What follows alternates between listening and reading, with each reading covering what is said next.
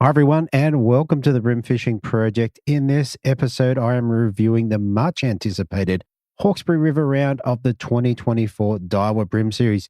This was round 6 of the series, and we were thrilled to see some of the best brim anglers in the country competing on this weekend, which was just after the Australian Open on Sydney Harbour.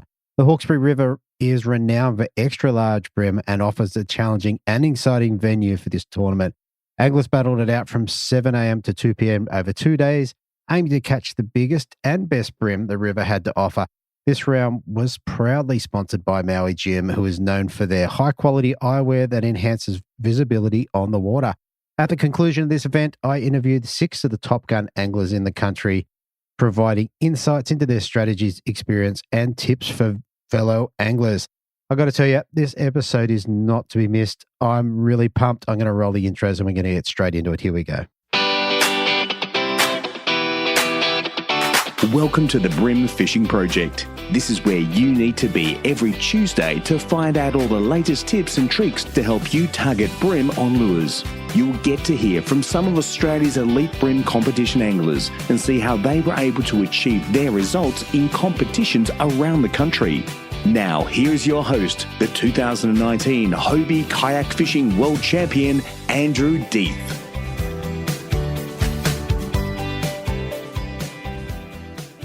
Okay, so like I said in the beginning, we've got 6 angler interviews. How good is that? Some of the best in the business, Tom Slater, Steve Morgan. How good is that? Anyway, I'm going to let that all play out in a minute. Let's roll through all the stats and what have you, and then we'll get into the angler interviews. So Saturday, the 4th of May. So basically 48 in the fish activity wheel. So not so great. Major bite period at 7:08 through to 9:38 a.m. with a minor bite period in the back end of the session at 1:06 to 2:36 p.m. We had a low tide at 11:10 at 0.18, running up to a high tide in the afternoon after the conclusion of the event at 5:27 at 1.55. The Sunday, the fishing apparently was getting better with a 63 in the fish activity wheel with a major bite period at 7:58 through to 10:28. Missed the back end of the session with the minor bite period. Low tide was at 11:56 at 0.16, running up to high tide at 6:14 p.m. at 1.7. Okay, so in terms of average fish, in first place in the non-boater with 4.355. For 6 fish, we've got an average of 726 grams for the bag. And in first place, 8.795, which is an average of 880 grams for the boaters. So that just gives you some sort of an idea of what you would need to get if you're up there and competing in a tournament around this time of year. Anyway, look, there's a heap to get through in terms of interviews. So I'm going to jump to a couple of great stories. Always love having Steve on the show. Joe Darmody in second place was a great story too, especially given his last year's result. And Tom Slater on top. Good to see Tom up the top. And through the non-boaters, Duncan Jamison, Jacob Kelly, and Christian Bermudez ending up on top. What a great round. Let's get into the angler interviews. Here we go. All right, so here we go. First up in third place for the non-boating division, I have an angler that dropped 3 fish for 1.75 kilos on the Saturday.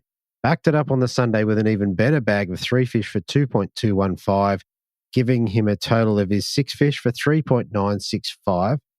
I have Duncan Jamison. Welcome to the show, mate. Right, mate.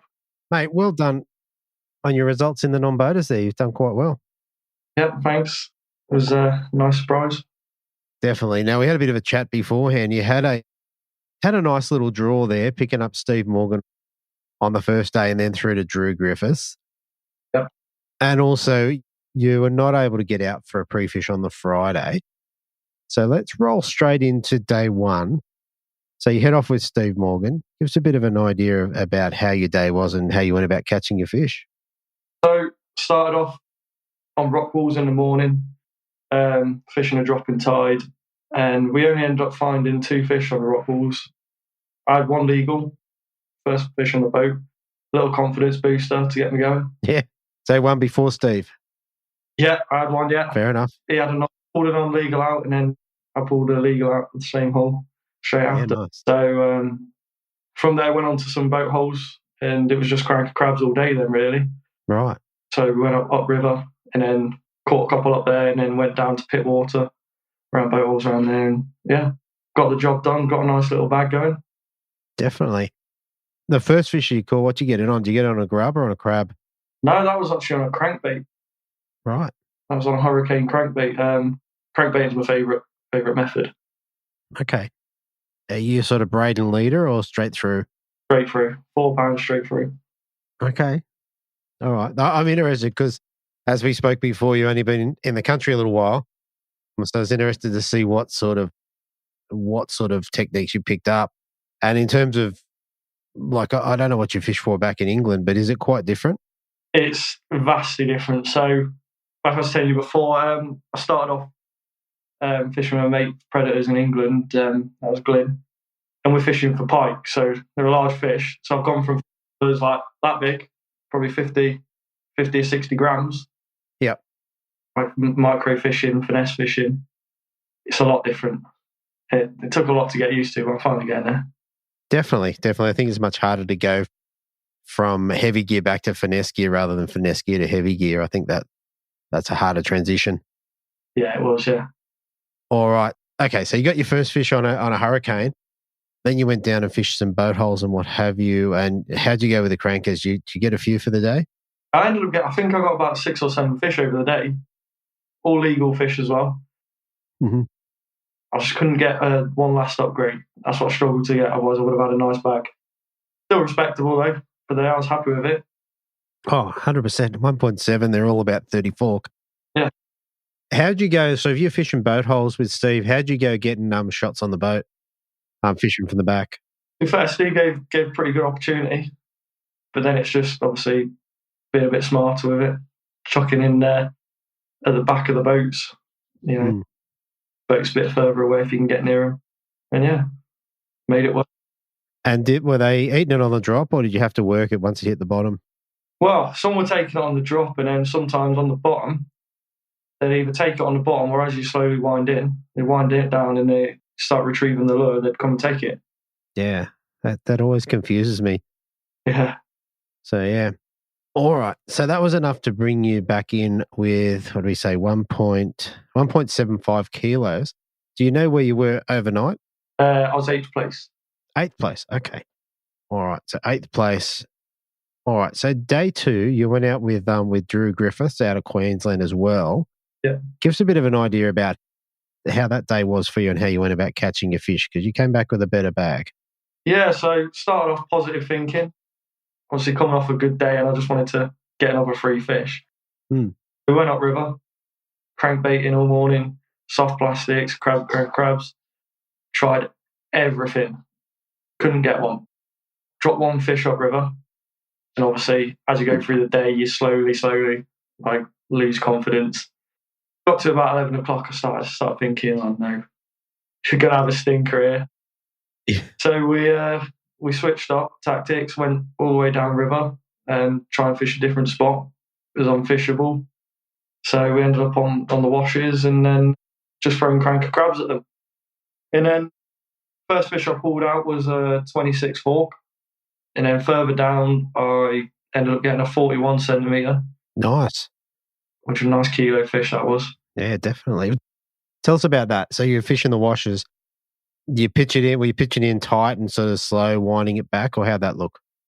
Well, I was chucking it in anywhere white water, just probably about a metre off the rocks, letting it sink a little, bring it in a little, sink again, just keeping it moving really, and then keeping it flowing. As soon as you wind in, they're either there or they're not. Yeah. And this one, how'd it go? Did he give you a good run for your money? Gave me a good run, yeah. So I locked on a drag and just pulled him out and it towards the rocks. Drew, he was really helpful. He pulled the boat away while I had it on, and then he netted it for me. And that was actually my personal best. Right. Oh, very nice. That was a bonus. And at that point, I was ecstatic at that point. And then shortly after that, I lost one which I'm convinced was bigger. Really? Wow. So same situation, straight in, and then it just went down on a rock. I couldn't stop it, and then it just obviously snapped my line, and I was gutted. Yeah. And then shortly after that, I ended up with another fish. I can't quite recall the size. I think it was about 33 fork. Yep. Finished my bag off nice. Yeah, very nice. So basically, you've come back in with I think it's 2.26. Just pull that result up. Yeah. 2.215. Sorry. So, and you're able to jump from eighth up into third place.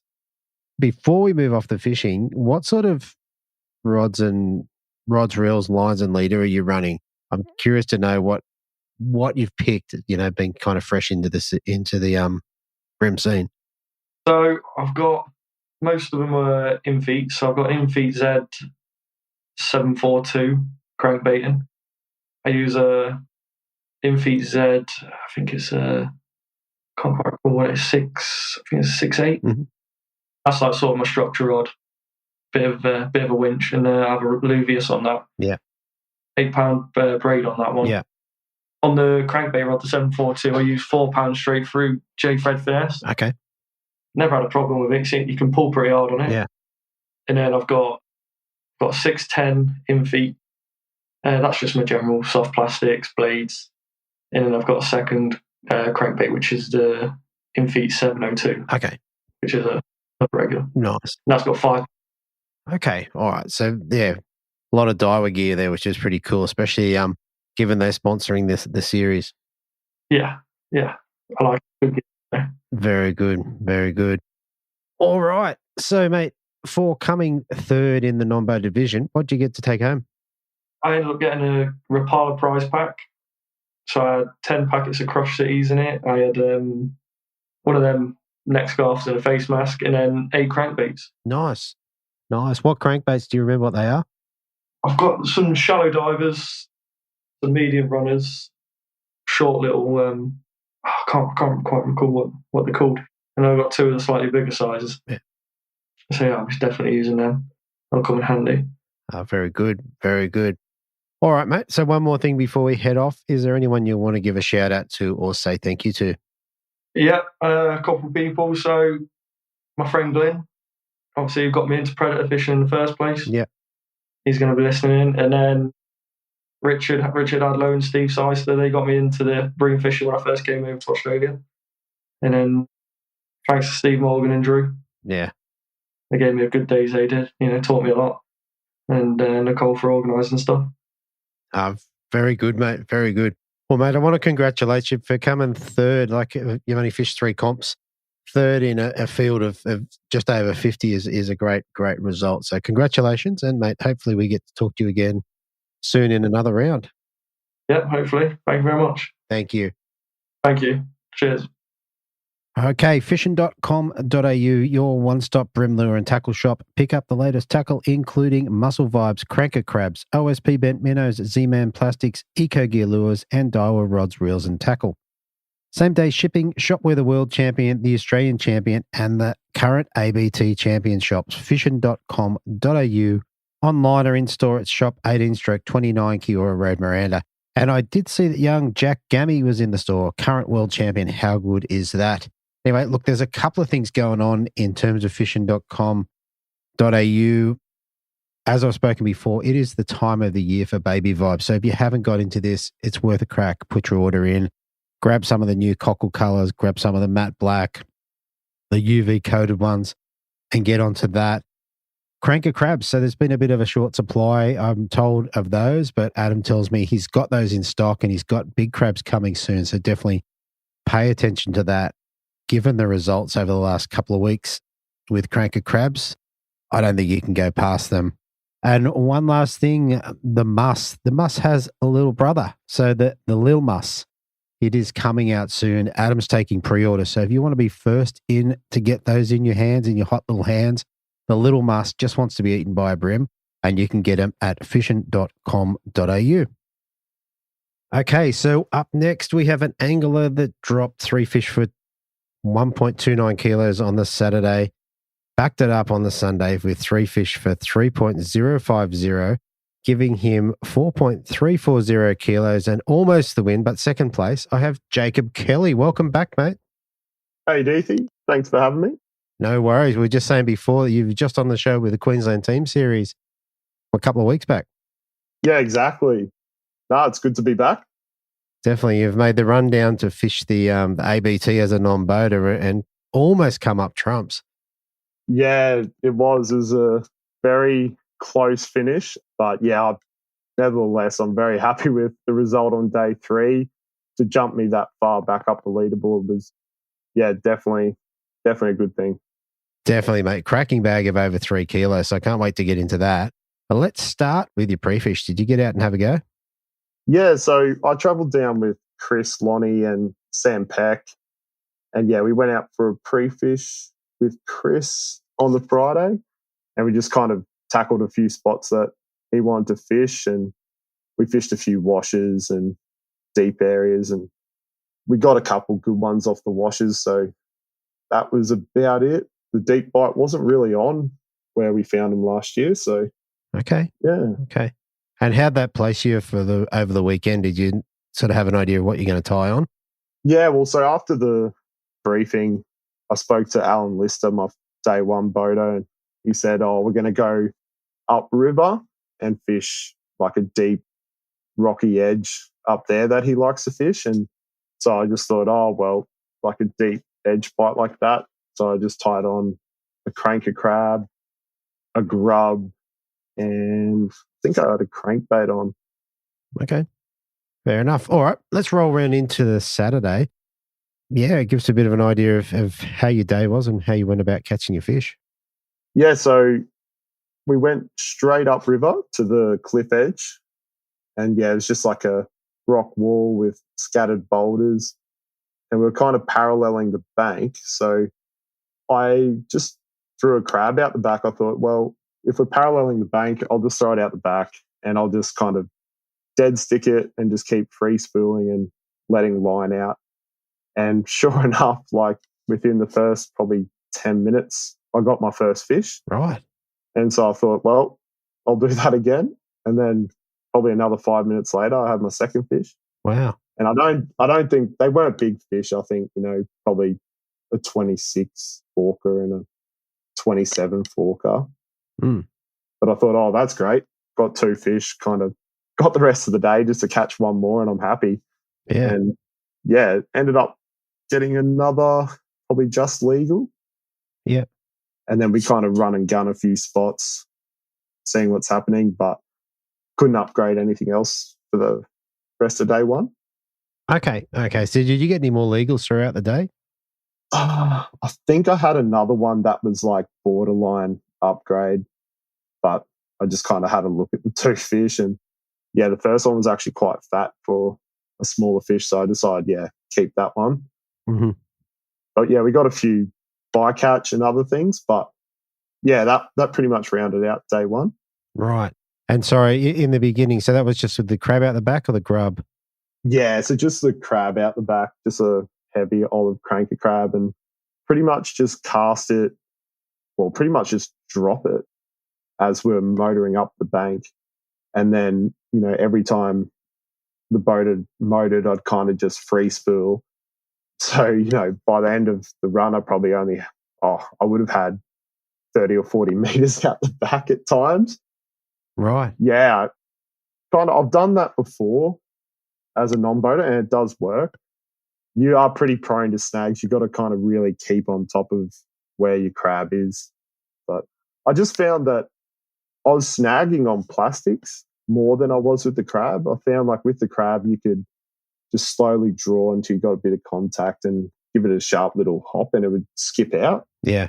Whereas the plastic, even though it's a single hook, it just seemed to just get stuck. So that was pretty much why I stuck to the crab, and then it paid off.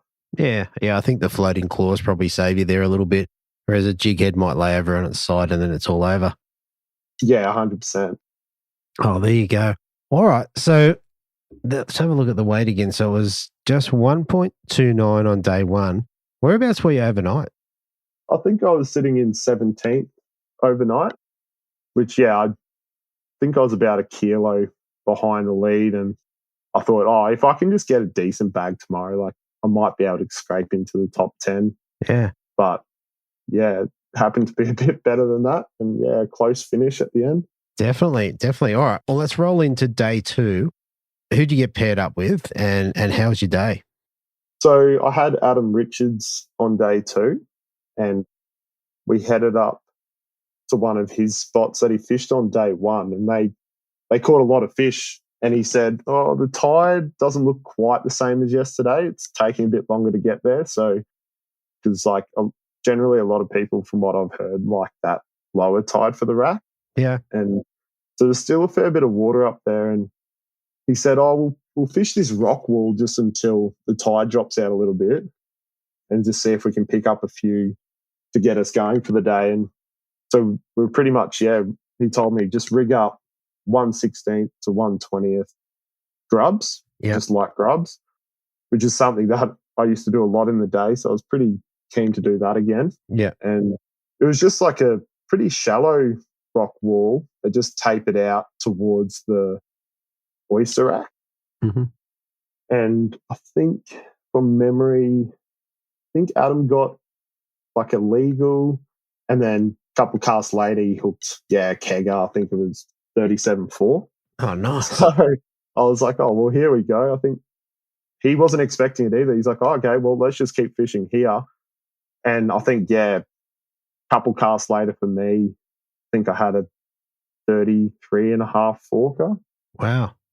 And followed that up pretty quickly with like maybe a 28 or 29 forker. So I already had 2 fish again in the well within 20 minutes, half an hour of fishing. So I was like, this feels similar to yesterday. Definitely. If I can just get another bite again, I'm happy. Exactly. And that's better. That happened later in the day. Yeah. Okay. So with this rock wall, so just to try and get a picture of it, so was there current running along it? Was there heavy current, or was it pretty still? Yeah, I'd say there was just there was a little bit of current, but the interesting thing that I found, like speaking to Adam about it too, is a lot of the dirty water down there, when you get that cloudy kind of current lines, and it actually brings the fish on, which is something a bit different to what we do up here. I mean, I'm just used to always looking for clean water, but it was probably only 1 to 2 foot up against the rocks and just a really gradual kind of broken up sandy bottom. Mm. But you just cast as close as you could and just hop it out. And pretty much once you got it out, just a tiny bit, they were eating it. Yeah, nice. And what type of grub do you like? So that was the Z-Man grub in gudgeon, probably one of my favorite colors. So it's like it pretty much is like a olive color underneath, but it's like a little bit more solid. And then it has like that red and black flecks to it. Fleck through it. Yeah. Cool. Yeah, no, that's one that I use a lot. But I think we got them on motor oil and bloodworm as well. I was just trying to throw something a little bit different. And I think I filled my bag out on that rock wall.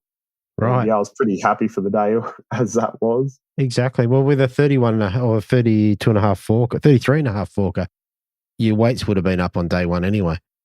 Yeah, I think it was probably like a 33.5, a 29, and like a 26 or 27. And I actually dropped one pretty good one that would have been similar to that big one. And I just thought, oh no, this isn't my day. Like, I've just missed that opportunity. But All right. So tell us, there must be more to this story. So tell us about the rest of your day. Yeah. So then Adam took us to another stretch in the main river where he knew there was good fish. And we got to this big boulder sticking out of the water, and he cast it in and just got smoked by probably one of the biggest brim. I didn't see it, but if that was a brim, that was huge. Really? Yeah. And as he was drifting away to hit the next snag, I just thought, oh, I'll throw back in there with the crab. And sure enough, the current was really pushing on it. So I just thought, oh, I'll just throw it in and let the crab push under this rock, under the undercut. And before it even got to the bottom, just my line took off. And it ran for every bit of structure it could. Yep.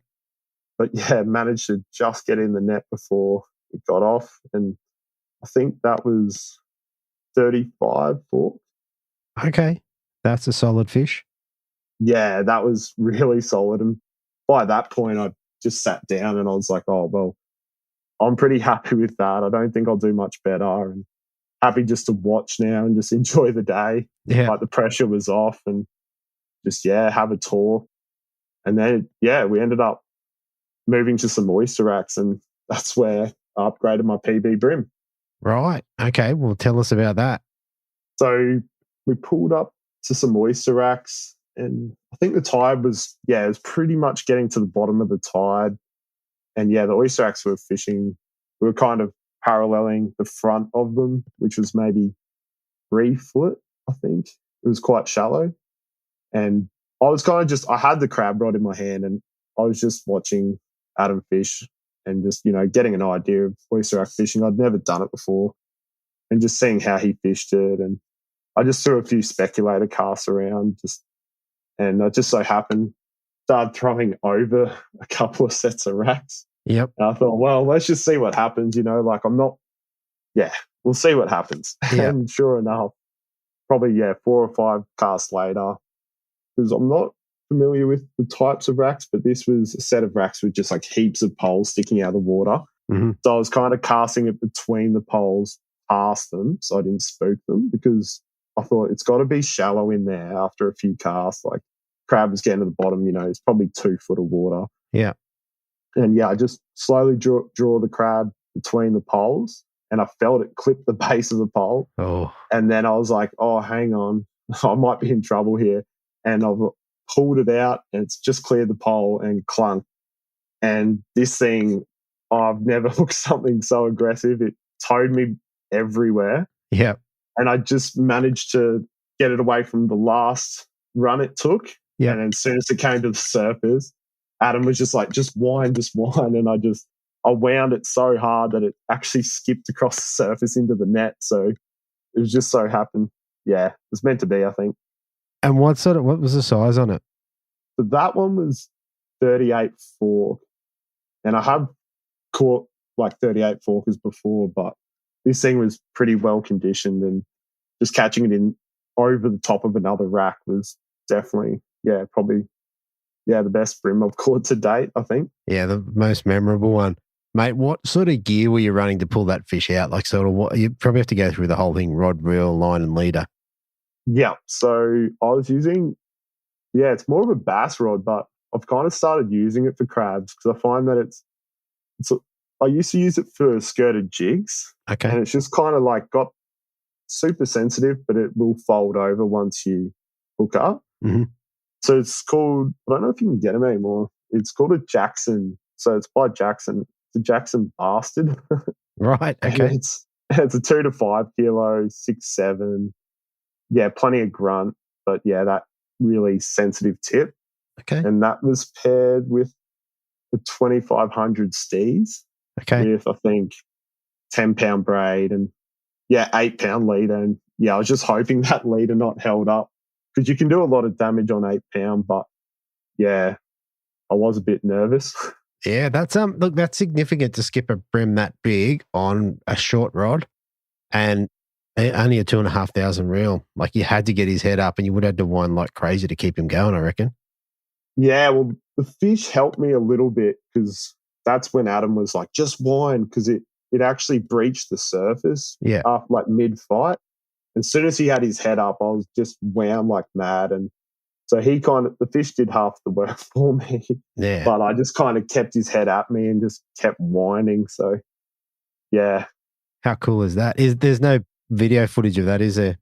No, I wish there was. Yeah, fair enough. Yeah, you and me both. All right, very cool, man. I assume, based on the sizes you've told me, that was your bag for the day? Yeah, that was my bag. So that was about 11:45, I think, and still had another hour and a half of fishing before we made the decent trek back. But by that point, I just sat down. I'm like, there's no way. The fishing kind of dropped off and there wasn't much happening. The tide was really slack. So I just thought, I'll just enjoy it now and just hope it was enough. for the win. Yeah, it was, mate. Well, as we know, it was nearly enough. All right. So you ended up with just over 3 kilos for your bag. All right. Tell me about the weigh-in. Did you end up weighing in last, or how'd that look? Yeah. So I was on the 240 flight.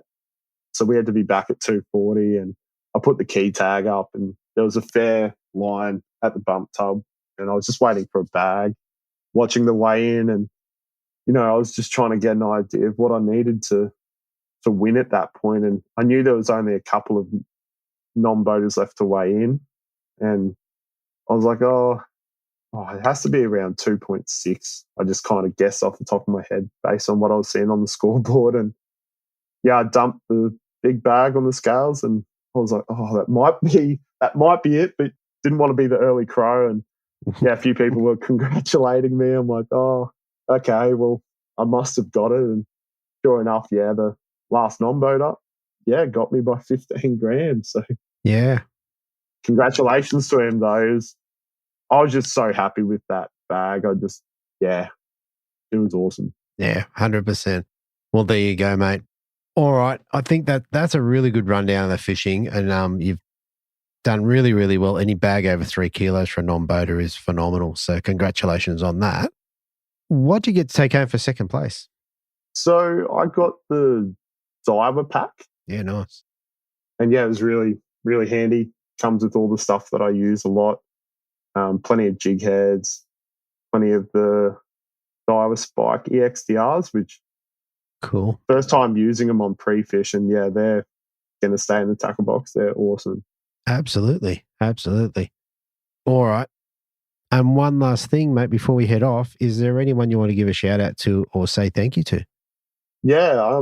Well, first of all, I'd just like to thank Chris Lonnie and Sam Peck for an awesome weekend, letting me jump in and ride down to Hawkesbury for the event. Yep. Rob Searing from Searing Tackle for the Demiki Pontoon 21 and Fish Arrow lures. Okay. And yeah, ABT for all the good events they put on, and yourself for a great British podcast. Thank you, mate. Thank you, mate. This is the second time you've been on? Yeah, second time. How good is that, mate? How good is that? All right.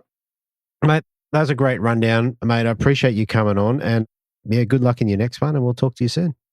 Awesome. Thanks again, Deethy. Thank you, mate. All right. If you're in the market for a new fishing kayak or looking to make some upgrades to your existing kayak, or possibly looking at fishing kayak fishing tournaments, then HWS is the place to go. They have a full range of Hobie kayaks and stock the latest kayak accessories, and are really dialed in when it comes to the best kayak fishing setup for the casual fisher and the tournament angler. hws.com.au. Online or in store at Shop 3/638 Pacific Highway, Belmont. Free delivery on Hobie kayaks across all Greater Sydney, Central Coast and Hunter. All right, so look, if you are really looking at getting into a kayak, but maybe budget is a little bit of a constraint, then right now they've got some fantastic deals on Hobie passports. So the Hobie Passport 12, you can get into one of those for under $2,000, and the Passport 10.5 is $18.90. So if you just want to dip your toe in the water and have a crack at these, then they're still a great Hobie kayak, the really stable platform, and have the patented Mirage drive system of pedaling and a bit of go forward. The Passport 12 at $19.90 is good value. It's like where the prices were 15 years ago for a Hobie kayak. So if it's something you're looking at, you want to put it on the roof, I think this is a great place to start. Anyway, hws.com.au. And coming up in first place, we have a repeat guest dropping 3 fish for 1.555 kilos on the Saturday, backing it up on day 2 with a massive bag of 2.8 kilos even, giving him a total of 4.355, taking the win by 15 grams. I have Christian Bermudez. Welcome back to the show, mate. Thank you. How are you? I'm good, mate. I'm probably not as good as you. I think this is 2 from 2, where different events, but 2 first place. How good's that? That is absolutely excellent. I'm really, really happy about both results, but especially this one. That's it, mate. It's a cracking round, and I know in 2 weeks you're back up for the East Coast Brim Series, or this will be run. That'll be run by the time this comes out. Yeah, it'll be interesting to see how you go on Lake Mac. Yeah, we'll see how we go. Yeah, it's just little baby steps. See how we go. Fair enough. All right. So we spoke before, and I know you didn't get out for a pre-fish. So maybe let's roll into day one and give us a bit of an idea of how your day went, who you got paired with, and how you caught your fish. So day one, I got paired with Michael Colatouris. Righto. And just before we even start talking about the first day, actually on the briefing, we talked about what we were going to do. Sure. And I think, Michael said to me that we were going to fish quite fast. And that's because he was going to try to cover a lot of areas. And that put me in that mode of, okay, I need to keep up with Michael. And then, that actually helped me plan the way I was going to fish on day one. Yeah. So day one, we basically went straight to like a few rocky edges, bolters or broken bolters, and we started fishing with the cranky crab. So and that adjustment become an adjustment in the sense I will let Michael cast first, and then I'll wait 1 or 2 seconds, I'll cast second. So Sure. I know that we were fishing fast, so we're looking for that reaction bite. So basically, that was it, just trying to keep up with him, like always within that 1-2 seconds after his cast. I took his retrieve back. Right. And that's how I adjusted to that. Definitely. Did you, like for me, if I'd have thought about that, I would have been going, okay, I'm going to fish heavier weights so I can get the lure down quicker. Is that something you thought about? Well, we're using cranky crab and they were in the heavy and they were quite close to the rocky edges. So it was more keeping the distance from Michael to do the area that he was covering. Sure. And I was covering different aspects of those areas. And Michael, every so often, he will point, look, Christian, I haven't touched that area, I haven't touched that spot. So, but we basically, the way the boat was situated, it suits us both to fish. Okay. So it almost became, I was very comfortable because it became almost like we were doing a team event. Sure. He was covering one area and I was covering the other area. Yeah. And we covered a lot of ground. And letting that cranky crab dropped, we would just count seconds and then bring it back. Just count seconds. We're looking for that reaction bite. Wow. Okay. So then how did you go about catching your fish? Did they come early or late, or how did that look? Well, it was through the day, but those rocky edges produce one fish. It was a 26 forker. I dropped one next to the boat. Yeah, from there, we went and fished some banks. And I was throwing a 128 jig head with a Z-Man grub. And I landed a 27 forker. Okay. So that was my second fish. And then from there, Michael decided it was time to go to the oyster racks. Okay. And in the oyster rack, I landed a 34 forker. Nice. And that was that's the fish, the quality fish that I need in order to get that bag moving. And in the racks, what were you throwing at them? I was throwing the Z-Man grub in the blood one, but I was actually weighted to a 116. Okay. So a 116 jig head style lure. Yeah. And the reason why I was trying to get the extra length, I was fishing from the back of the boat. I was trying to get that extra distance that I needed. Yeah. Yeah. As Michael was at the front, I was at the back. He was covering the right rail and I was covering the left rail. Cool. Yeah. And that's the way I did it, with a longer rod in order for me to be able to bring it parallel to those rails in a way. Sure. Okay. So let me just get a picture of that. So you're fishing out of the left-hand side of the boat or the right-hand side of the boat? I'm going left-hand side. Left-hand side. So, okay. So on the back of the boat. Yeah. And Michael will be on the right-hand side. Yeah, front of the boat. Okay. Yeah, cool. And what sort of racks were they? They had a bit of pylon and they didn't have the rack itself. Sure. Like there was more poles than anything. So, yeah. So some of the old racks up there. Yeah, some of the older ones, yeah.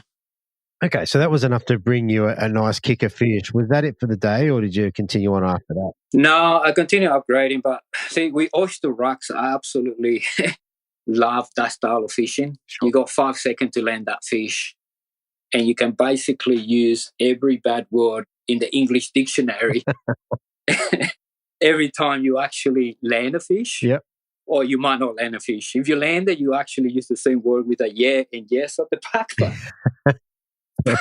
Just not But here. yeah, I absolutely, that adrenaline and the blood running through your veins and the whole within 5 seconds we need to bring the fish in, and it's just absolutely amazing. And yeah, it's something that I crave and I love about brim fishing. Okay. If that makes sense. So yeah. Absolutely. All right. So let's talk through a couple of things there. So first of all, were you netting the fish or were you just poling them in? No, polling, man, straight away. All right. We weren't there. Single fork, just polling. There was no time to net. There was no time to anything. I think at one stage I actually caught an upgrade there. It was a 29 forker, and Mick did help me with the net, but it was actually, I felt comfortable with it. I knew that it wasn't going to go anywhere. Sure. That 34 definitely was pulled straight into the boat. Nice. That's pretty cool. And what sort of rods, lines, leader when you run into fit that sort of structure? So I had 1.2 Expedition braid. That was the braid. The rod, actually, I had two rods. I had the brawler, one with the cranky crab, and so I keep mixing it up. But the one that actually did the damage on the oyster rack was an old rod, Gary Loomis, which was NRX, I think it is. Oh, yep. Yeah, it's basically a bass rod, an extra fast medium kind of tupper, 7.1. But that is actually quite a stiff rod. But that's the one that, I took to the racks. That's the only one that I had, really. Yeah, nice. So, yeah. With the leaders, what were you running? I was running 10 pound on the racks. Yeah, 10 pounds. Yeah, so 10 pounds plenty. So for you personally, are you FG knot as the leader knot? 100%, yeah. Yep. And then the terminal knot to the hook? Just a normal knot, just a normal. Like a uni knot or a blood knot? Yeah, like a uni knot. Yeah, cool. All right. And while you were fishing those racks with the grub, were you hopping across the bottom or you were slow rolling it? No, definitely hopping across the bottom as slow as you can. Mm. Yeah, we didn't have the water movement that we actually wanted. Sure. So we were actually, working it very, very slow. Very good, very good. All right, so the 29 forker, was that the last fish for the day or the 34? No, I got later on the day on a pontoon. I had a 27 there. So 29 upgraded to 26. Yeah. The 27 got upgraded to a 28, and that was later on the day on a pontoon throwing the cranky crab in the spotted crab. Yeah, in the spotted color.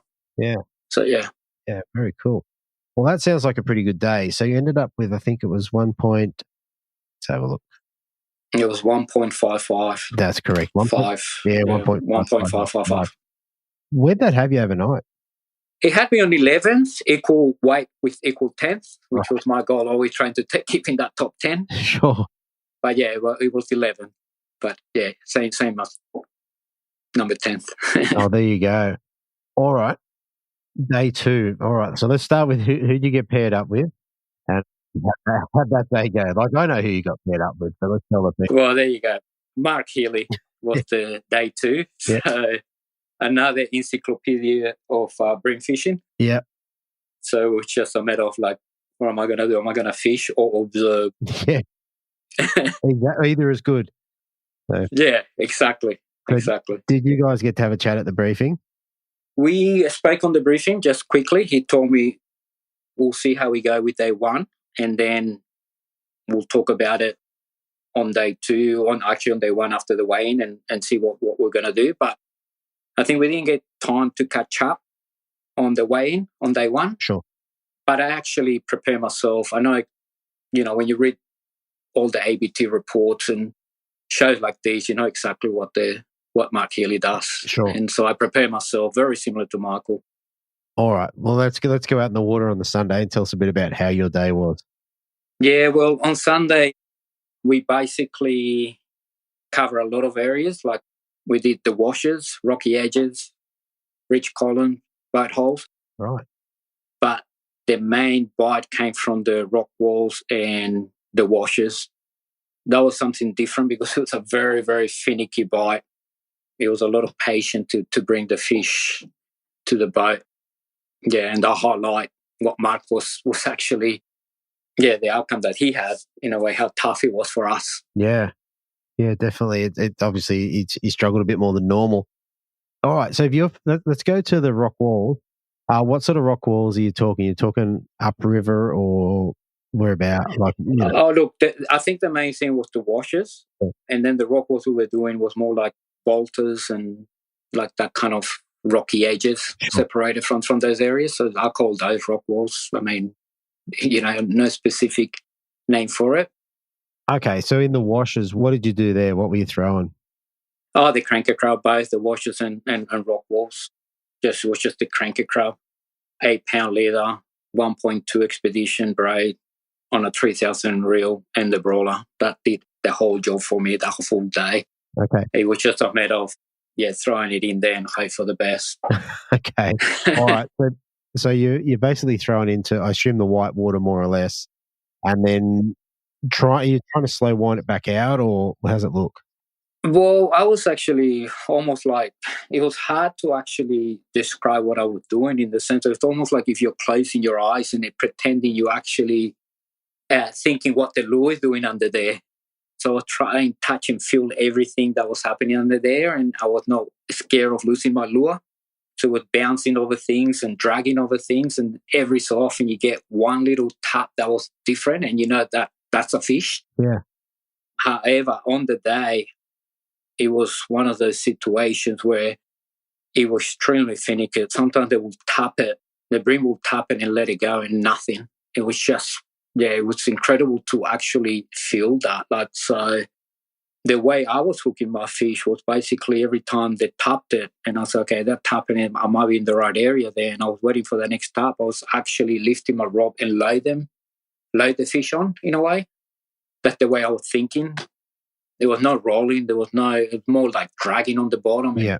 If I hit something different, I just quickly lift the rod up, make sure it doesn't get snagged. And it was just very, very slow fishing. Okay. And that's, Okay. So you ended up with 2.8. So you had decent fish. How'd you go getting them out? Were you ripping their heads off, or you were just trying to play them out? No, I played them out. Once they're out, they're out. Like, I think it was just using the tip of the rod, and at time I let loose of the drag when I knew they were out. Like, I didn't want to pull the hooks out. Sure. And it was just I think that's the best way to describe it. Mm. Did you get a bunch of fish? Did you get them early or late, or how'd that look? Look, it was spread out. I think I stopped fishing, basically. When I said I stopped fishing, it's like I stopped catching fish around 12 o'clock, but it was all spread out. Yeah, I ended up with a 37.5 forker and 233. I upgraded 3 times. I think altogether I only got 6 legal, but they were quality fish. Yeah. They were quality fish. So I think the 29, 28, I upgraded to 233. Then I might have got a smaller one. Nice. With the income in, and then that 37.5 was the fish. It was a big fish. Yeah. Forker. Yeah. Yeah, that's a solid fish. All right. And one thing that came to mind, do you run scent on the crabs? No, I don't. No sense. Yeah, fair enough. Yeah, no, just one thing that is working for me lately, so I haven't been doing it. Yeah, nice. Well, that's all right. I mean, even if you only got a few fish, you got a cracking bag. I think it was probably second biggest bag for the non-boaters. I think, Jacob came. Yeah, Jacob Kelly came with over 3 kilo bag, and I was like, wow, that would have been phenomenal. Exactly, 3.05. So average over a kilo is pretty awesome. Yeah, very cool. So, in terms of the fishing, is there anything else that we should cover before we move off? Not really. Like, I mean, it was quite simple. I think the way to put it, because of the bite, there was no much to it. It was just more patient and wait. And yeah, I don't think we need to cover any more than what it was. Yeah, sure. That's perfect. All right. In any case, it was enough to just get you over the line by pretty much the narrowest of margins. Now, was this your first non-boater win? Yeah, that's correct. I came close last year, but yeah, not close enough. I came third on the Lake Macquarie, and it's always like, I only wish if I had that extra fish. And then, coming back the second year, and I tried to do at least one ABT round a year as a non-boater. Yeah. And it paid off this one. Yeah, how good is that? All right. Yeah. So A couple of things. So for coming first, what did you get to take home? I got a Daiwa pack full of stuff, jig heads, leather, 8 pounds, 6 pounds, hard body, soft plastics, surface lures. It was massive. It was a massive pack. Yeah. I'm not sure the value of it, but just estimating probably $800, $700. Really? Something along. I'm just estimating. I didn't count. I didn't sit there with a calculator, but there was a lot of there. Like, very good. And you also would have got a badge and a trophy. Yeah, that's right. The trophy, which is what I always. You always want to remember stuff, and that's actually one to remember. That trophy. That's what we go there for, I guess. Absolutely, not everyone gets one of those. All right, and one more thing before we head off, mate. Who would you like to give a shout out to or say thank you to? Look, first of all, my wife and kids are just absolutely amazing for making it my lunch and help me with the gear when I arrive home, and it's really, really, really nice from them. Jason Graham. Thank Mike for everything. Like, he's actually my fishing partner. Like, we fish together in team event, and it's absolutely a pleasure to actually fish with him. I would say thank to the ABT and all the sponsors, Nicole and Steve, Michael Colatourus and Mark Healy for putting me on the fish, and fishing.com.au. So he's always, Adam, as you know, he's always amazing. And my boys, which is Marcelo Manuelian, Nathan Young, Adam Bixney, and Gary Nano, also known as Gary Zaro.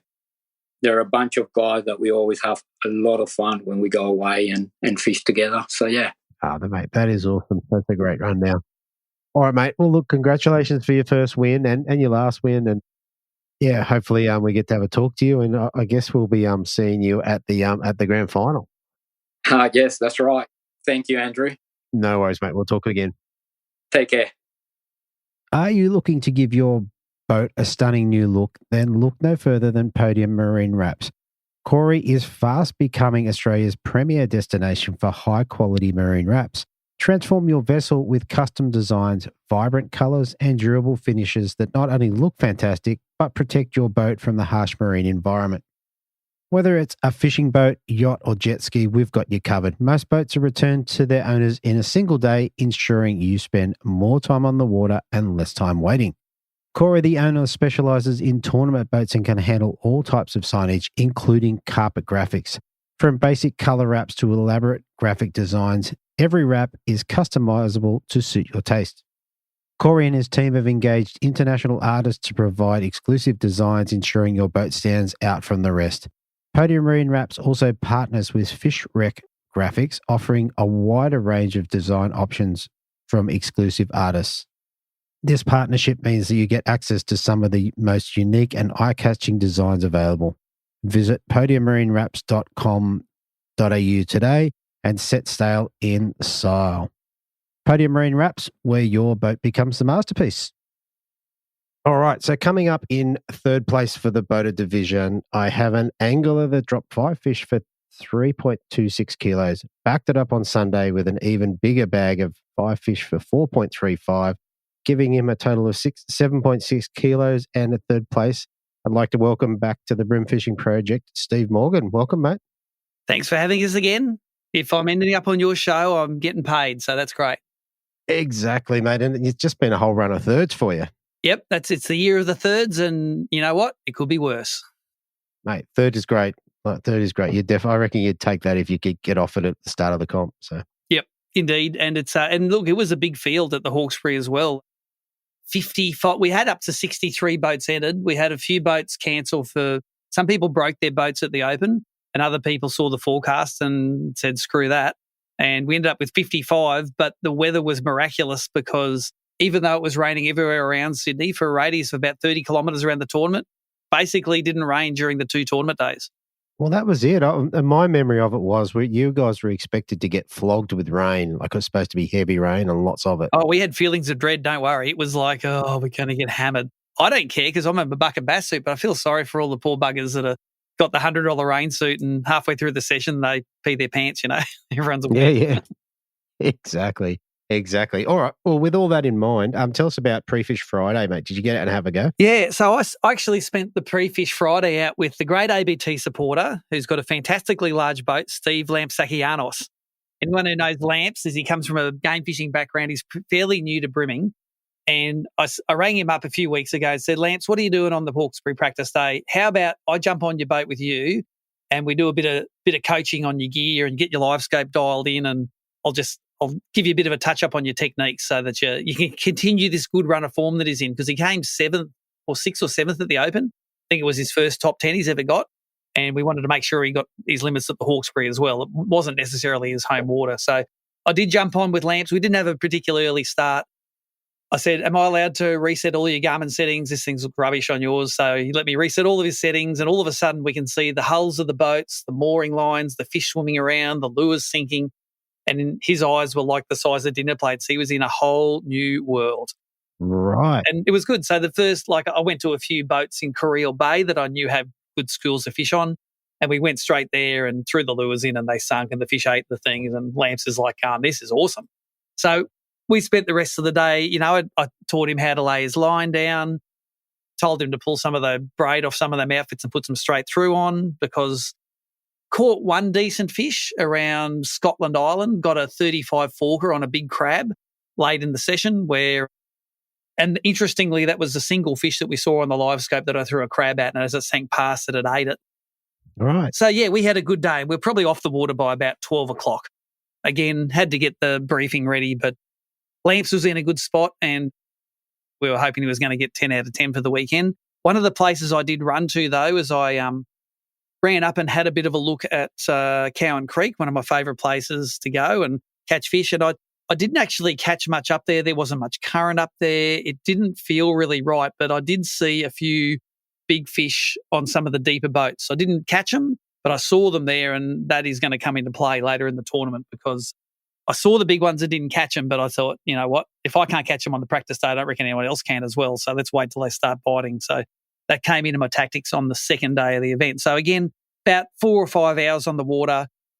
Pit water doesn't really change. Areas that hold fish always hold fish. And I was pretty confident that I could at least catch a limit in there. And the aim, of course, was to catch 3 kilos again. Like every time you catch 3 kilos in Sydney, you're in the top half of the field, and anything better than that just gets you further up the leaderboard. Exactly.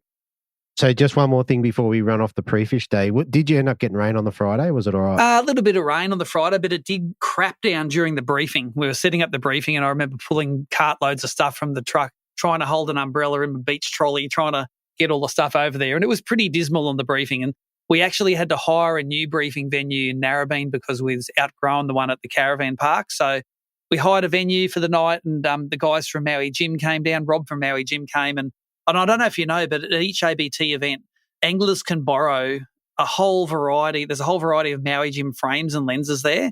So if you want to buy this frame and lens combination, we probably got it there, and you can borrow it for the tournament and then give it back at the end. It's like a try before you buy scheme they have. And the guys are using I'll see if that thing fits my face. You can put it on your face for 10 seconds, but it's nowhere near as good as just going out for a whole day and using it fishing. So I reckon that's a pretty unique resource that Maui Gym offers the ABC anglers at all of the comps we do. But this was the Maui Gym round, and it was good for the anglers to be able to ask all their technical questions to the guys from Maui Gym, because sunnies are like the right pair of sunnies makes your day, and a shit pair of sunnies wrecks your weekend. You know, if you can't see the fish under the water, especially in clear water fisheries like pit water, you got troubles. Exactly. And the other thing I think they do is they've got the bifocal ones where you got little magnifiers in the bottom of them. Yeah, they're my favourites at the moment. I'm addicted to those.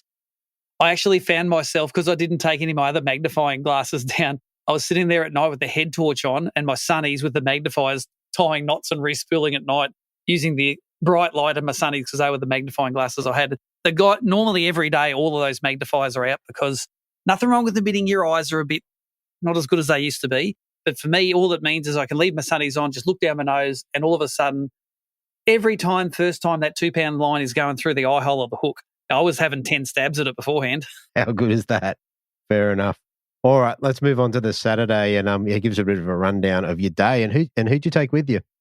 First day, I had Duncan Jamieson, who's an immigrant from England for a few years. He hangs around with some of the Pommy guys there. I often see them at the pubs when we're on road trips. Duncan's a lovely young guy. Paired up with him for the day. He ended up coming third for the tournament, but not due to my guiding skills. It was due to the guiding skills of his boater the next day. Yep. But he managed to get his 3 fish, and we spent the whole day basically in pit water. I just ran between different spots where I had schools of fish. Nearly all the fish I caught at Hawkesbury, and I'm looking at my thing here, I did catch a couple of fish on stick minnows, but this time it was small crabs in both light and heavy that I would use on the boat hulls. So the pattern I ran nearly all day was fish the boats pretty quick and slow down and spend more time, and then I could see schools of fish sitting under them. I didn't see many boats that had lots of fish hanging up under the hull, but there are definitely lots of places in pit water where in sort of 5 to 15 foot of water, you will see schools of fish hanging under a boat. And that's one of those cool situations where I go, I know there's fish under this boat, and we'll throw the crabs in, and as they're sinking, the fish are all rising up to the bait. And as soon as you see them rising up, 15 fish, it's like, chances are one of them's going to end up with my hook in its mouth pretty soon. Yeah. And if it falls out of one, another one's going to eat it. So pretty predictable fishing. No giant fish during that session, but there was a reason for that. And the reason was the night before on my crab rod, I decided I was going to re-spool it, used it for the open now. I'm going to put some fresh line on it. So I re-spooled it with it was either 3 or 4 pound of the Daiwa J-thread fluorocarbon. And it wasn't the fault of the line, but as I'm spooling it, I'm putting tension on it with my fingers. It's like I'm not much tension, but enough I could feel it in my fingers, and it was getting hot. Mm. And through the day, I reckon I must have lost 3, 4, 5 fish due to just random breakages in the line. And I was so stupid. I was making excuses for it all the time. Oh, that one must have hit something. Oh, I must have damaged that when I was spooling it up. And in the end of the day, I go, there's something wrong with this line, and I put it away. That night, I re-spooled it with fresh line, but I didn't use my fingers. I just pressured it at the spool, and I had no breakage problems the next day. So my lesson I learned, and again, I'm learning lessons after 30 years of doing this, don't use your fingers to tension fluorocarbon straight on the line, because fluorocarbon hates the heat. Same way as if you tighten up a knot, which is unlubed, it can generate enough friction to reduce that knot strength. So just a dumb error for me, and that might have been the difference between 8th place and 3.26 kilos, or 4th place or 3rd place and 3.8 kilos. I don't think I lost any absolute giants, but I'm pretty sure I would have lost some fish that would have been in my bag. And I also don't like leaving cranker crabs out there if I can help it. So 100%. So it was at the point where at the end of the day, it's like Duncan's going, oh, would you like some fuel money? It's like, nah, I won't take fuel money, but see that crab you got tied on your line there? You can leave that in the boat if you like. So you took off his light cranker crab and left it there. So thank you, Duncan. He had plenty. I was getting low by that stage. So it was all crabs, 1 or 2 maybe on a stick minnow, but it was sort of overcasty. It looked like it was going to rain all day, so they weren't afraid of eating those the little crabs this time. I wasn't getting ballsy with the big crabs yet because I just wanted to put limits on, and typically pit water is get your limit. You know, you're not sure you're going to get your limit, so get it first before you start worrying about the big boys. Yeah. What's your trigger for going from a light crab to a heavy crab? Sometimes it's water depth, but light crab, if you see them suspending on the mooring ropes or up under the boat, probably want a light crab. If the fish are all on the bottom and you want to just plummet into them and trigger them to come and attack it, you probably want a heavy crab. And I ended up pretty sure I had a light crab on one and a heavy on the other. And I generally fish with the heavy crab, but if I saw some fish I thought were going to be a bit finessey, I'd throw the light crab at them. My crabs, I fish on that Daiwa in feet, the Z, the medium rod, I think it is. It's the 7'8". Don't know what but it's the only 7'8" Z series in feet they do. We call it the crab rod, and I actually have 2 of those in the boat. Normally one with a crab rigged up and one with a mussel, but in this case it might have been the light and the heavy crab. So That was the main weapon for day one.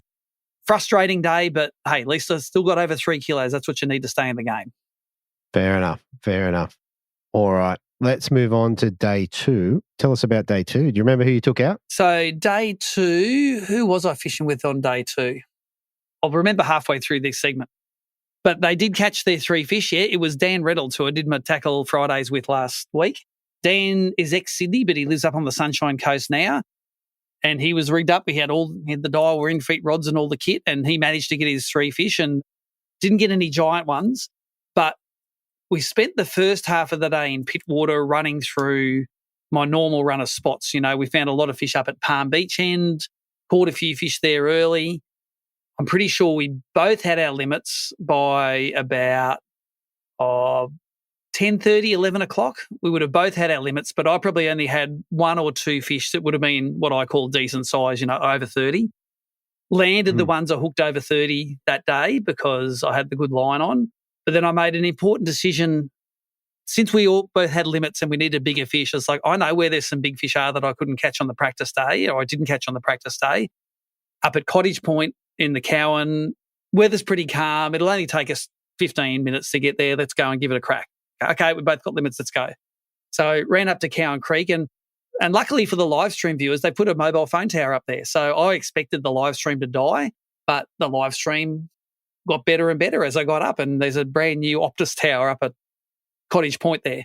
So it was great. The live stream viewers could come on this journey. I fished about 2 moored boats, and on the second one I threw at, I could see there was some fish under it, but I made a cast to it, and I had sort of a wind knot, but a bit of a tangle up in my line. So I put the rod between my knees and I'm untangling the line just so I can wind it on. As I wind it back on, it's on. And so one's eaten on the way down, and that was a 35 forker that was built like a tank. It was like a double handful of brim, and that was like, this is good. I've only fished 2 boats so far, and they're not even ones that I think there's any fish on, and I've got that 37.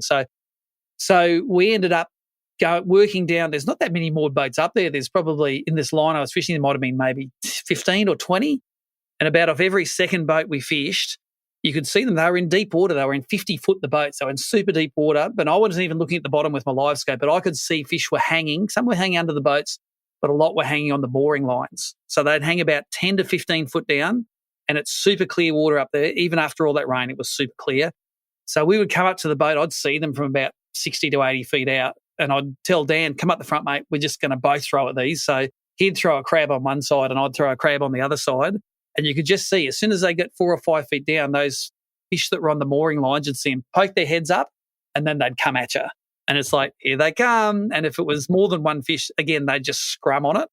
But instead of being 26 and 28s, they were like 29s and 30s. And the final kicker I got up there was a 37 forker, which again was just built like a tank, big blue lips. And when I looked at when I make my highlights at the end of the day, I looked at the replay. It was a boat where Dan was up the front. I said, go on, mate, they're on that thing. You throw first. So he threw first on one side of the rope and I gave him a few seconds head start. And then I threw on the other side of the rope and I'm watching the live scope go, dude, they are bawling on your crab. They're all over his crab. And I go, just start winding. They've got to be on. And he started rolling and they weren't on. And then I just saw them all go zook across to my crab and they ate it. And he was using a black one or a UV one and I was using an olive one. So obviously on the day, olive was the colour. And I said, maybe it is colour, mate. Do you want it? I've got some olive ones there. I scrounged them up overnight to put them on. He's like, oh, no, I'll be all right. But he should have said, yes, I'll take the olives. We spent about maybe 90 minutes up there and my bag went from a couple of 30s and some high 20s to a 37, a 35, a 33 and a couple of 30s. So I would have gone from 3 kilos to 4.3 kilos in that time. So if I decided the petrol's going to be too dear to go or I don't want to do all the driving, I would have weighed in another 3 kilos and came 10th. But as it was, I made a decent decision for once, landed all the big fish that I hooked and ended up coming third. And it was a distant third too to the first and second. Joe and Tom, they were literally 15 grams apart, but both of them like a kilo plus ahead of the rest of the field. So Joe was a bit unlucky not to snare his first win, but Tommy got it done by 15 grams, which I'll remind everyone is 3 teaspoons full of water. Yeah, that's it. A very, very small margin, but nonetheless the win. That's it. I was the best of the rest. Yeah, it's like just over a kilo. So there you go. Yep. And that's a big margin in a 55 boat field.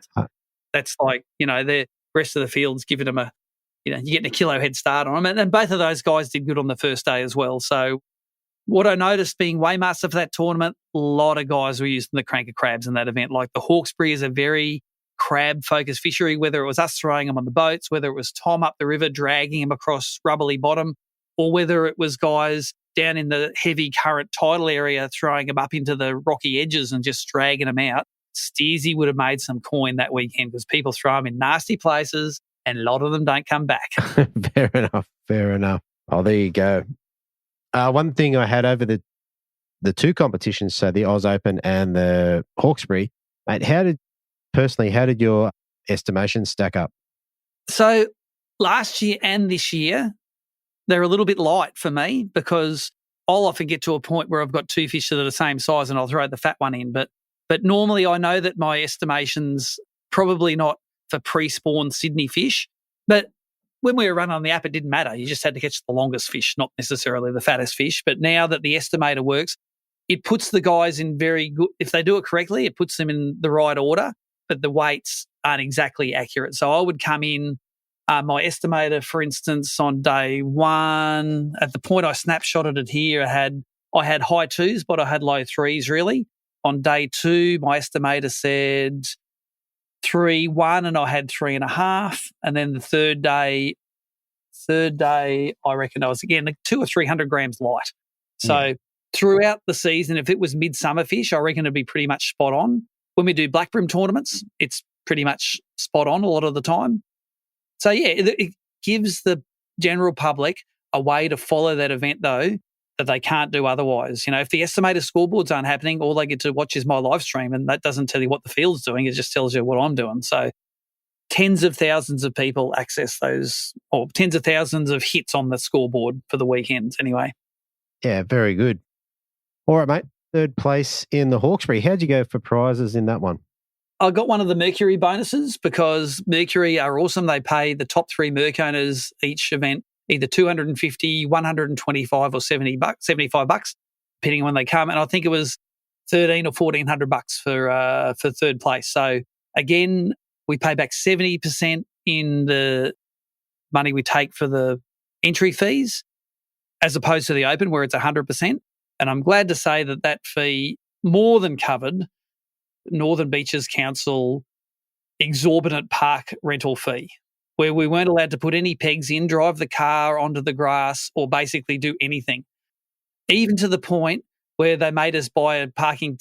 We weren't allowed to put the van on the grass to give power to our site, so we had to park it in the car park. And I said, "Well, do we get a free car park for our $100?" Nah, this is Sydney. Grab your ankles, coming in. Fair enough. Oh, there you go.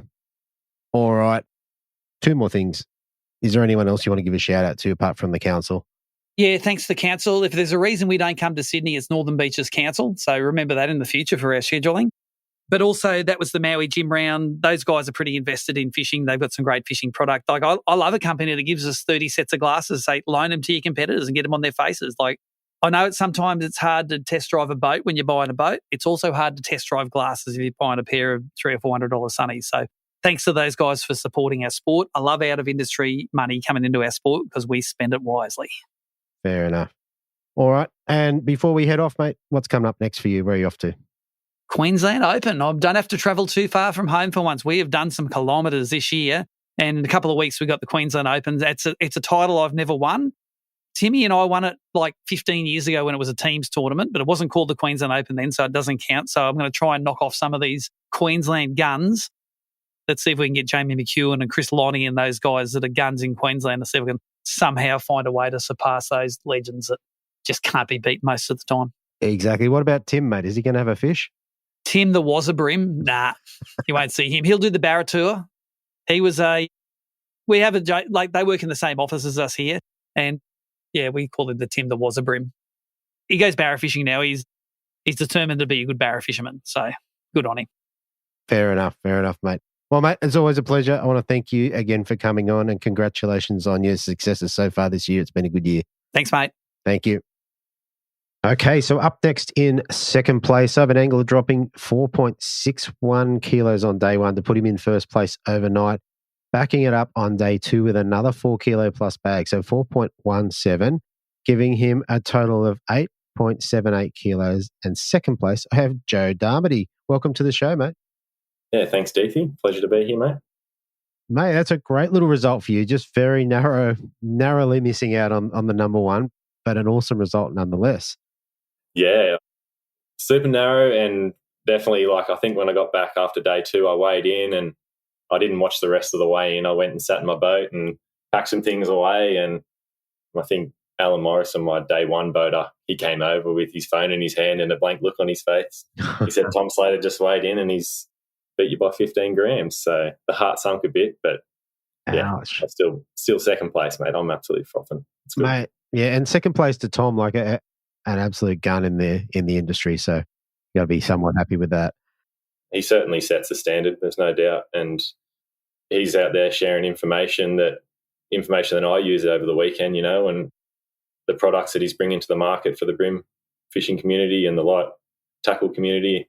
Yeah, he's killing it. And the guys at Daiwa are doing a great job. So it's good for the sport. Exactly. And some cracking stuff coming up with those guys, let me tell you. Now, for you, massive turnaround from last year. It wasn't the greatest run for you last year.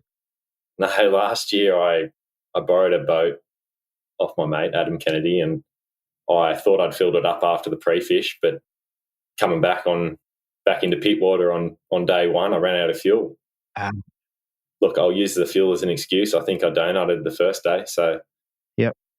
Anyway, went back out the second day and put a limit together, some good fish in pit water, but not to be for me. I think I ended up way down the field and better result this year, but yeah, always learning. 100%, mate. A massive turnaround in terms of results. Let's get into the pre-fish. Did you get a chance to have a crack on the Friday? Yeah, so Friday morning, went out early. We were on the water at daybreak sort of thing, and my initial plan was to start in pit water early and just make my way up through the washes, up to Cowan, and then up the Hawkesbury. Just fish what was in front of me. Started in pit water and just on some boat holes and saw fish on boat holes and just couldn't get them, trying to replicate Steve Morgan with the crabs and cranks on the boat holes and stuff. And I've just recently got mega live, so it's cool to see all that happening in front of me. Yeah. Didn't end up getting any on the boats, so I pushed in shallower into some floating pontoons. The first one I pulled up on, I was still throwing my 4-pound straight through on it with a crab on, and dropped it next to a pontoon and got clunked, and this thing steamed off and snapped me clean off. And I think it was at that point where I had a few straight through rods on the deck in pre-fish, and I went, that's not going to happen this weekend. I don't want to be doing that. So I put them away and I pulled out a bit heavier gear. It's just some braid and leader combos with 6-pound on to sort of pull some fish up. But yeah, I'd rather be pulling hooks on fish than losing my lure and the fish at the same time. So continued on there with a few boat hulls and a few bays in there that I'd done well at in previous years. Didn't have any luck, so I sort of pushed out into the washes, worked my way round Lion Island, a spot I really wanted to fish. I pulled up there and my mate that I'm staying with, Adam Kennedy, he was actually fishing the spot I wanted to hit. Anyway, I thought, you beauty, I'll talk to him later in the day and see how he went there. And I kept moving up through the washes, just kept hitting points and some heavier swelly washes and some stuff with more current and less swell on it, and just worked my way all the way up to Cowan, and I didn't get a fish. I did snap off. I don't know if it was a brim or a flathead. It was pretty well set the hook and it snapped off sort of thing. I don't know whether it was a bad leader. So, yeah, it wasn't going well for me in pre-fish. Ended up working my way up into the Hawkesbury, fished some walls below the train track there, and ended up with one 600 grammer maybe off a wall. I noticed them out deep underneath the boat on the down scan, just bait and stuff, and I started throwing a mussel down deep in about 5 metres of water and picked one up that way. Okay. So I left that spot, kept moving up, moved into Mullet Bay there and just fished some racks. Yep. Got one out of there, maybe 600 grams. What did I do then? I think that was sort of pushing towards the end of the day. I think I worked my way back out, back into the washes. Oh, sorry, I went right up to the top highway bridge and sounded the bridges. I couldn't see anything on the bridges, so I didn't even fish it. I just kept going. Yeah, okay. And then worked my way back sort of thing. Ended up just the 2 fish for the day, and I was scratching my head, to be honest. I didn't really put anything together. I caught one on a mussel and one on a grub. Yeah. But, yeah, nothing consistent that I could say, okay, that's what we're going to do for day one, going into the comp. And, yeah. Okay. So it looks like you did a pretty comprehensive pre-fish. Like I followed that up on Google Earth as you did it. what I'd take from it is you did get busted up potentially twice. So that was that definitely could have been two kicker fish. So yeah, I think honestly it just came down to me. I think I haven't fished since. Oh, sorry, I did fish a comp 2 weeks ago down at the basin, but before that I hadn't fished since the Vic Swing down, the ABT Vic Swing down in Gippsland and Malakuta. So we got 2 young kids at home, so I haven't really been doing a whole lot of fishing. So I was probably a bit rusty, and it was a good way to blow out the cobwebs on the pre-fish day and just get a bit more comfortable in the boat and with my setups and stuff. And I had that all pretty well dialed in. Sort of that night, I got everything dialed in and a few heavier leaders on. The water was nice and dirty, so I don't think they were going to be leader shy. And yeah, away I went. All set for Saturday. All right, Saturday morning. So we were. I think I said this for the other guys too. We were meant to get smashed by a lot of rain, but it didn't really eventuate. So, yeah, what did you plan to do on the Saturday and how did it play out? Yeah, everyone at the start was all jackets and waders and bibs on, but yeah, the rain didn't end up coming, which was great. So I headed out with Alan Morrison on day one. Great bloke and really relaxed sort of a bloke to fish with. I just said we're just going to fish washes. We went to Patonga. So washes near Patonga there, which is on the right before you head up the Hawkesbury. And it looked fantastic. The tide was high at that stage, starting to make its way out. And it looked really good. It looked like it had a lot of potential, discoloured water, and just nothing. We fished that whole edge, sort of, I think with crab. I had a crab, mussel, chubby, grub on, and I threw all of them for nothing. And from there, we went across to the red marker there on the left-hand side, opposite the mouth of the Hawkesbury. Fished along there where I think that's where I got the snapped off there in the pre-fish. Yeah. Thought maybe there'd be fish there and nothing. Started scratching my head a bit, put an hour or so into that, and then worked my way back out of Broken Bay towards the ocean side sort of thing, back towards Pittwater. Oh, yeah. And sort of came across a point there that had sort of fast-flowing current coming around. It was cleaner water. And I thought, this could produce, it's different. The other spots we'd fished were slightly dirtier. Ended up fishing there and fished that whole ledge. Ended up putting a 26 tipper in the boat. No. And I had the rolling pin out for that one. It was only just over. So I said to Alan, I think that one's got to go by the end of the day, mate. That's shocking. But it's a start. We sort of left there. We got a few little touches and stuff from little fish. So I said, let's get out of here. We don't need to be hanging around these fish. We'll keep working our way out. And that's where the pre-fish, I'd spoken to Adam the night before, who I was staying with, and I said, how'd you go there at Lion Island? And he said, I got 3 fish there, but they're only 28 forkers. Yeah. I said, well, there's fish there. I'll go and try and put a limit together there. So pulled up there on the island and fished there for 5 minutes, and all of a sudden Alan was on. So he landed his first fish, 500 grammer or something like that, maybe 600 grammer. They weren't the longest fish, but they were nice and fat. Yeah, okay. So thought, okay, and then we sort of put a couple of fish in the boat then. I think Alan had 2. I had probably 2. I think I started out with like a 500 grammer or something like that, and then a 700 grammer. And then it sort of died down a bit, and the tide started to make its way out. The bommies and stuff we were fishing around the island were starting to be a bit more exposed. And sort of that's when and the swell was rolling in. So there was a particular point where you could sort of get to fish that was safe. So the tide was running out past the island. So I just started at the top and I just drifted out with the tide. Okay. And just keep the electric off just so the swell could roll in underneath us and hit up against the washes. And yeah, we came out and we were drifting down and we got deeper and deeper. Like where the boat was sitting was probably 15, 20 metres off the edge, and it just slowly got deeper. We caught some smaller fish in about 2.5 metres, and then it got to about 5 metres, and then all of a sudden just clunked on. And I think I put 2 fish from memory around that kilo mark in the boat. Right. Yes. Yeah, so that was fantastic. I I thought, oh, we'll give it a spell now because we'd given a fair hiding. I think Alan had his bag and I had that was my 5 fish. I had 5 fish in the world, but they included that 26 tipper from earlier on. Sure. Were you crabs or crankbaits? So at that point, I was running a chubby. Okay. A deep chubby in the brown suji. I think Alan was running one of the Daiwa cranks at the time in the brown suji as well. And he was getting fish on them as well. And yeah, I thought we'd probably exhausted the spot a bit. So I said to Alan, we'll go there's got to be more fish around here. We'll go for another little look. So pulled the electric up and we motored around the other side of the island and fished in there, but the swell was just a bit heavy on that side.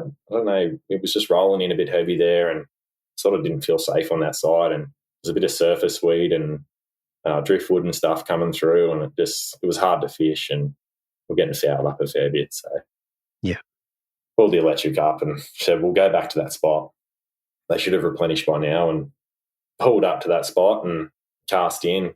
We sort of did we started at the upstream sort of thing and drifted out with the tide, and yeah, clunked onto not far from, I had the leader at the end of the rod by the time this fish clunked on, but yeah, clunked onto 1.24 kilo or something like that. Wow. Brilliant. And that was a fantastic upgrade. That was the 26 tipper gone that I wanted to get rid of, and yeah. That'd be nearly a kilo upgrade. Like the 26 tipper is going to be maybe 290. Yeah, I think it was only 250 grams well, from memory, because I was weighing them as I went, sort of thing. So yeah, I was cheering, and to be fair, with my pre-fish being tough, the start of the morning being tough, I just said to Alan, that's it for this spot. I'm leaving that. I don't know.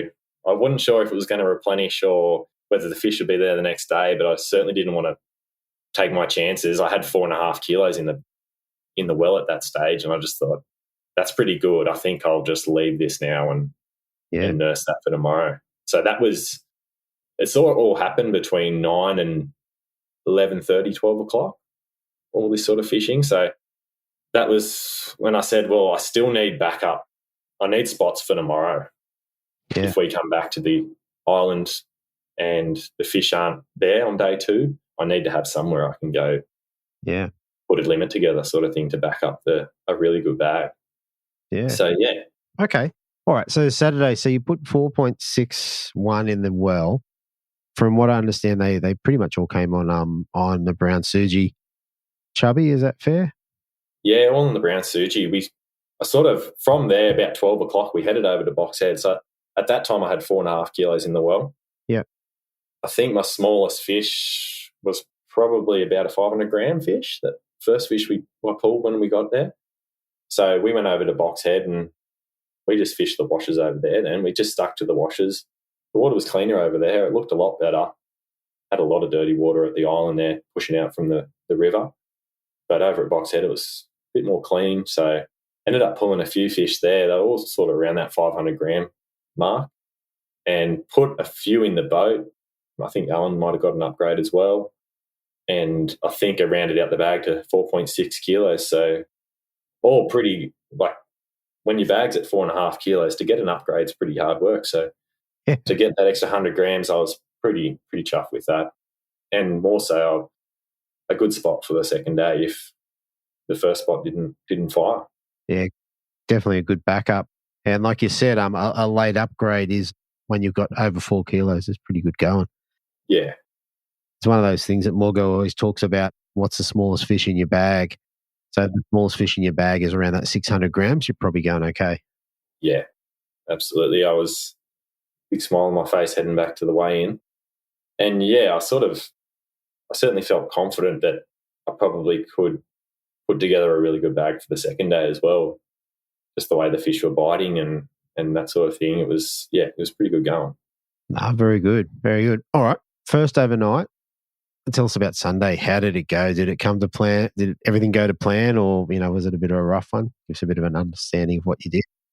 So Sunday, I sort of thought the game plan was to head out, go straight to the island there, and just wait for him to come on.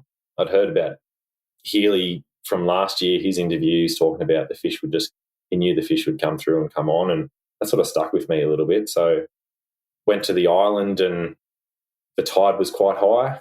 All the bommies that were exposed that we were catching fish off on the first day were all submerged. A lot of swell rolling in. And, yeah, we did it a bit tough, I would say. I was out with John Fitzgibbons. I think he's leading the non-boaters at the moment, so there was a bit of pressure on me to get him some fish. Yeah. Yeah, and ended up between sort of 7 and 9 or 8:30. I think I only had 2 fish. I had a 500 grammer and a 700 grammer. Right. Which I caught more shallow in sort of, I worked more around the island and caught them a bit more shallow. So in that sort of 2 metre range, in amongst some bommies that the tide was sort of covering that I hadn't fished the day before. So, and I sort of took them as bonus fish, to be fair. Yeah. Considering that I hadn't been there at that time the day before. Yeah. So that was pretty good. So still nervous to get my bag. I won't lie. I had the butterflies all day until I got that last fish. But yeah, the tide started to drop and it started to mimic the situation that, like the scenario we were fishing the day before. So the tide would slowly drop. Those bommies started to get exposed and we could cast up in amongst them without getting snagged up and work the lure out, and eventually drifted out deeper where we'd caught the kilo class fish the day before. Started to drift out and, yeah, started to clunk onto a few fish. I think I got 850 grammer or 950 grammer. So that's when I thought, yes, this is really good. I can feel a good limit here. I think I had 4. So that was my 4 fish in the well. I think I had a bit over 3 kilos. Mm-hmm. Yeah, pretty well bang on 3 kilos for 4 fish. And I thought, right, a good fish here can really cement this bag. So from there, I sort of just stayed on that edge and just worked it back and forth. And I was getting a bit nervous because that 5th fish held out on me a bit. I think it fished over an hour, and John had caught a couple, which was good. It was confidence for me that there were still fish there. He never got the kilo class fish that were hanging around there. He was catching sort of 600 grammers, 700 grams, which I would have been stoked with at the time. Sure. But, yeah, worked back up to those shallow bommies and cast up beside one and brought it back and clunked onto one. And I'd been fishing the whole weekend. I'd been fishing lock drag with 7-pound leaders. So I'd lock them up, scull drag them out pretty well. Some of them were skipping on the surface. And then once they got to the boat, if they were still deep, I would just back the drag off. We were sort of in deeper water and just let them tire themselves out a bit. Sure. When I put this cast in, wound it in and clunked onto a good fish, and it just started steaming back in. I hadn't reset my drag.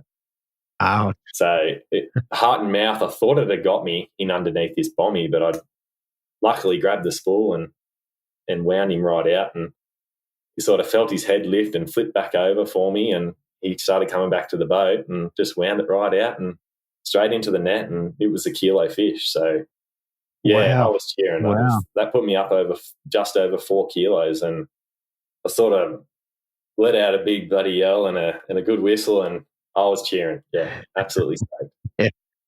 Very. And was that the last upgrade for the day, or did you get another one? No, I ended up. I said to John, it got really tough. I think we exhausted the spot. The fish weren't there like they were on the first day.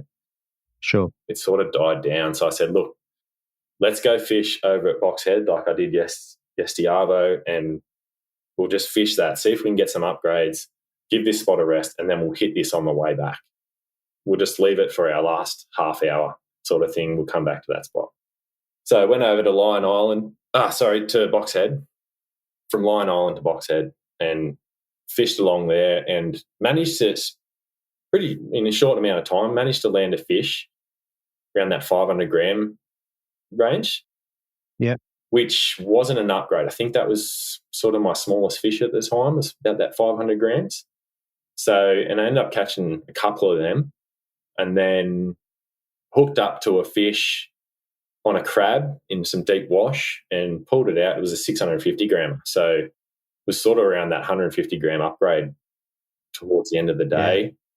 And yeah, I was stoked with that. Anything at that time for me was gold, because I knew the blokes that were chasing me down, if you had looked at the top 10 after day one, yeah, it had me pretty nervous, because these are sort of local guys and they're guys that always finish at the top. So I knew that anything at that stage was going to be gold. So that was great, 150 grams. And yeah. That was you for the day? Yeah, I had one other fish there that I called for a 700 grammer that I had underneath the boat. Yep. Same thing on a crab. And the wind had blown up all day and it blown a southerly, so it pushed all this weed and driftwood in amongst that edge. Sure. And thought I had it fine. It was under the boat in 5 metres of water, and it just sort of took off and went in sort of through this weed and a bit of like driftwood. It was almost sticks almost, and snapped me off. Ow. And I think I was carrying on a bit, to be fair. John probably thought I was a bit of a dickhead, but I was like, spewing, you know. I think that was a 700 grammer that I needed to get sort of up over 4.2 kilos. But yeah, not to be, mate. Didn't put that one in the boat. No. That ended up being us. We did go back to the island. Didn't end up catching a fish. We had a 2 o'clock weigh-in. So I would have loved, I think I'd caught all my fish on the first day and I had a 240 weigh-in. So I was back early with a good bag on the first day. If I had my days back the other way, I think we could have put a few more fish in if I had that extra 40 minutes on the second day rather. But yeah, you just got to work with what you got. And it didn't end up happening for me, but second place, man, I was pretty good. One of the questions I had was when you're on Fishing Line Island, you were saying that you were fishing in amongst the bommies. So in my head, you've got the bommies that are semi-exposed, the water draining off, and you're trying to cast into the channels between it and just slowly crank the lure out. Yeah, so is that accurate? Trying to get the lure, what was happening was the swell was sort of surging in and submerging all those bommies, and then it was sucking out and was draining it all down between. They were sort of rolling off the bommies and that sort of thing. Yeah. When it was, because we were sitting in such deep water, to get the chubby down, I was throwing the lure up onto those bommies or just beside them as it surged back out.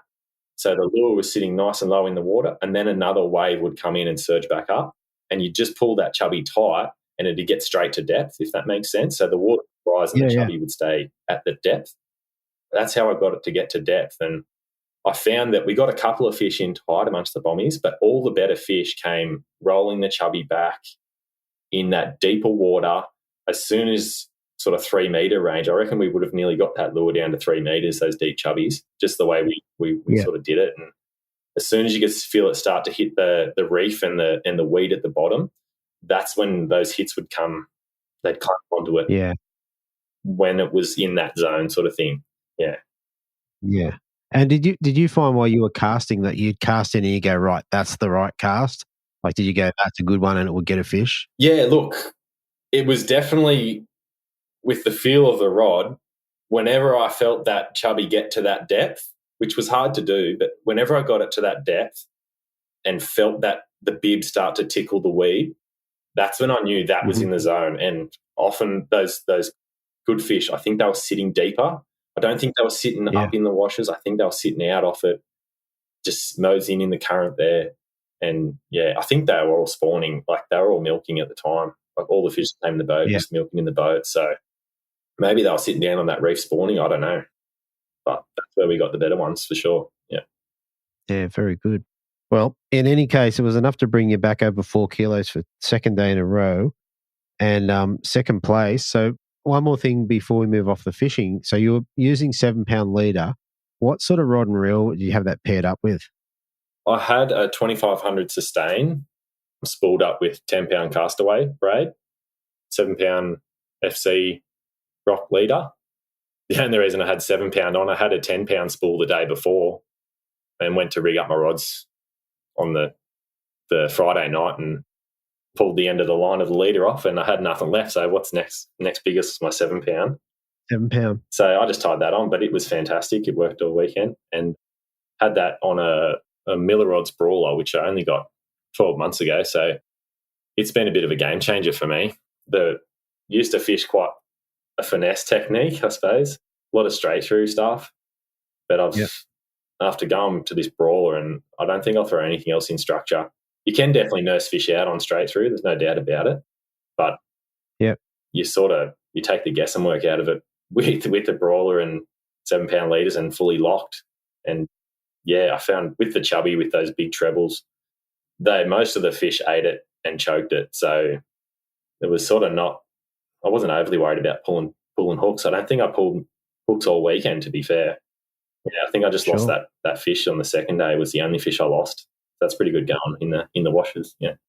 Yeah, and I mean that's what happens when you win or come right up in the top of the comps. Like I pretty much landed everything. Yeah, that's right. It all just worked out for me, which is great. Yeah, that's very good. All right, mate. For second place in the ABT, what'd you take home for that one? Yeah, took home obviously the second place badge. That was good. Pinned that up in the shed, and $2,000. So it was a good payday. Yeah, very good payday. And does that qualify you for the grand final? No. First place will get you a qualification for the grand final. Well, there you go. So I've fished 3 rounds so far. I had a shocker down in Victoria, to be honest. I got schooled by the Blacks down there. But, yeah, I'm sitting in about 27th or something like that on the AOY now. So we've got 2 more rounds to fish. We'll go up to Richmond River, I think it is, at Ballina there, and we'll do the Tweed River at Tweed Heads there, and we'll try and get up into that sort of top 20 you need without a win to enter to the grand final. So, yeah. I was going to say 2 in the top 20, I reckon you'll be there. Yeah, Or 1 good one. So how about that? Yeah, just get a win. That'd be good. Yeah, very good. Very good. All right, mate. That's a great rundown. So before we head off, is there anyone you want to give a shout out to or say thank you to? Yeah, definitely. Thanks, Adam Kennedy. He travelled up with me. He's always sharing accommodation, and we're always chatting before comps and stuff. We call each other every day, talk about how we're going to go about things and share ideas and that sort of thing. So he's great to have on board, and everyone that was back home sending me well wishes for the second day, especially when they knew I'd sitting in first after the first day. All my mates and stuff, we do a lot of fishing all together and do a few mates trips. So yeah, thanks to those guys, and especially my wife. She was scheduled to come up with us, actually. We booked in, and then we looked at the forecast, 20 to 40 mil. So that she didn't want to sit in the cabin all weekend. No. So she pulled out that week, the week of, which was a shame. But yeah, thank you so much to her, because she was at home with a 2-year-old and a 5-month-old, and yeah, she was doing all the heavy lifting while I was out living the dream. 100%. So I take it she got the money when you got home? Look, she didn't, but I have to do a few more cash jobs to get her some cash in. But yeah, I've already spent that money, actually. I've sort of been in the works of trying to upgrade all my rods and reels, because I've had them for 10 years and they're starting to get a bit old and probably a bit outdated, and my fishing style's changed. So yeah, I had the 2 brawlers, which I already had, and I really like them. So I've gone and got a couple of grub freaks with that money and a couple of new reels. So yeah, nice. Super happy, straight back into fishing. Well, there you go, straight back into the industry. We like it. All right, mate, that's fantastic. Look, it was a pleasure to have you on the show. Congratulations. And hopefully we have a talk to you after the Tweed or up at Richmond. Yeah, unreal. Thanks, Dave. Thanks for your time, mate. Thanks, mate. See ya. All right. And finally, in first place, we have an angler dropping 4.46 kilos on the Saturday, backing it up with 4.335 on the Sunday, giving him 8.795, winning by just 15 grams. We have Tom Slater. Welcome back, mate. Thanks, mate. Thanks for having me. Mate, big week of fishing for you. The Open and the Hawkesbury. How big's that? Yeah, it is a big week. It was actually blessed this year. I didn't pre-fish for either of the 2 events, so it wasn't like some of the boys that backed it up and did, 7 days straight. I had a little break in between, which was nice. But yeah, it's always good to fish the 2 back-to-backs. It's big effort on 2 big waterways, but it was nice to come away with a victory at the end. Oh, exactly. But I'm betting, I don't know this, but I'm betting you went to work on the Monday and the Friday. Yeah. Yeah, I was at the office Monday and Friday. Yeah. Fair enough. All right. Well, mate, I just want to touch on the Open. How did you go and how did it compare to last year and that sort of stuff? How was it? Yeah, the Open for me this year was definitely not as fruitful as last year. It's complete opposite tide. It was probably my least favourite tide to fish the harbour. We had a low tide basically at the start of the session each day, which if you watch the pursuit videos from years past, I like the high water because I can go and crankbait a lot of stuff and there's a lot of area to fish. This year was, kind of complete opposite. So I did manage to find some fish each morning crankbaiting in one particular little area. I got good fish out of it on day one and good fish on day three, but for some reason on day two we caught probably more fish there than any of the three, but they lacked the size. So the boat troubles and stuff, and the day two in the Open really cost me to be up towards the pointy end, but that's it. You can't really have a bad day in the Oz Open to contend. So exactly. Did you drop any big fish over the 3 days? I did. Probably on day three, I did lose a couple of pretty big ones late in the session, that would have helped, but nothing that would have come close to getting what I need. As I said, that day two, only weighing 2 kilos, I needed 3.5 that day to stay in it, and even that I don't think would have been enough with Daniel catching the big sack on day three. So yeah, he did well. Well, there you go. All right. Now, as you said in the beginning, you didn't pre-fish for the Hawkesbury round, but there's a couple of things leading into this. We had the predicted really bad weather coming through, which didn't quite hit, and the fresh water. How'd you go about planning for it? To be honest, I didn't really think too much of it. I fished the Hawkesbury not a whole lot, but it's definitely, if I had a chance to social fish, I'd probably choose the Hawkesbury, but more so for estuary perch and bass than bream. So I am quite comfortable up the river. So I was pretty content that I was going to spend the tournament upriver regardless of whether I pre-fished or not. Yeah. I had Chris Hickson staying with me all week and Grayson Fong staying at my place, and Hickson went out and pre-fished and he went up as far as I think Barara or something, and he said there's fish up there. So that was all the info I needed to commit to spending at least my first day right up the river and where I normally go up at Spencer. And yeah, certainly paid off. There was plenty of fish up there on all the rock walls. It was just a matter of going through the numbers until you got a bigger bite. Right. Okay. Let's roll into day one. Give us a bit of a rundown of how your fish came, and also what was the condition of the water like? How'd you go with debris and stuff traveling upriver? There was a little bit of stuff floating around. Mainly, to be honest, it was more down the front, like between Flint and Steel and the rail bridge. Mm-hmm. That's kind of where most of the debris is in the river at the moment. So once you got really past that, it was fairly smooth sailing. Watercolour was pretty good, actually, to be honest. It's not super clean up there, but it's definitely not as bad as it was back when we had the first lot of big rain 6 weeks ago or something in Sydney. Yeah. And yeah, so Hawkesbury, conversely to the Open, we actually had, because it's obviously, that much later, we actually had probably the best tides I could ask for to fish the Hawkesbury. So we had a high tide just before the session start and a run-out tide pretty much all day. Combine that with the bit of rain we had, and you pretty much had good flow out all day long, both days of the tournament. So first day I ran, it's about a 35-minute run up the river to where I like to fish, up at Spencer. Yeah. And I had Stephen Sapphire on my boat. He was my non-boater actually the first ever time I came to the Hawkesbury, and I came second in that tournament fishing the washers at Flint and Steel. Okay. So maybe he's a bit of good luck charm or something. I think I'll invite Steve on my boat anytime he wants. Fair enough. But yeah, we probably had a bag. I had my bag relatively early on day one. Probably, I'd say by 8:30, I had over 4 kilos. Right. So I think my first fish was like a 30, 34 or something. Yeah, I would have had all over like 32 by 8:30. And then I left that area. When Steve got his third one. I think I did one upgrade there and left and bounced around another few rock walls further up. I went up as far as just underneath Wiseman's Ferry. So I did go a fair way up on day one. We caught fish up there, but nothing to upgrade. Did get quite a lot of nice perch, which was cool. And then I ran back down and kind of spent most of the mid-session kind of way up river. And then on my way back down, I stopped at Bar Point, big main river point, lots of current. Mm-hmm.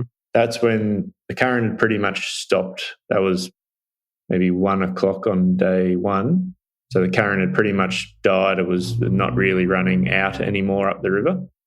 Bar Point is one of the first places that gets current when the current starts running. So I figured if I'm going to find some flow anywhere, I'll find it on Bar Point.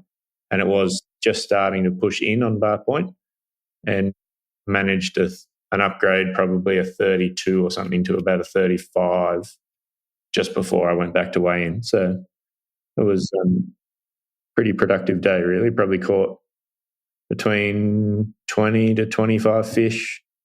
Yeah, plenty of bites. You were getting bites pretty much most casts.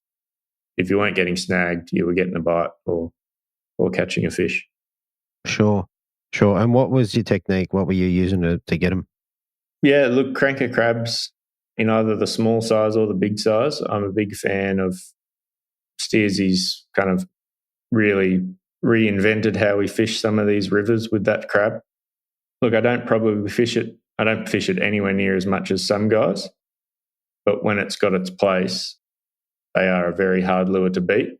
More so in that instance, when I'm talking about up the river in the Hawkesbury, because the claws float, you're able to actually drag them with the current without snagging them. You can catch fish easily on a plastic up there. I've caught them really good on grubs and minnows and stuff before.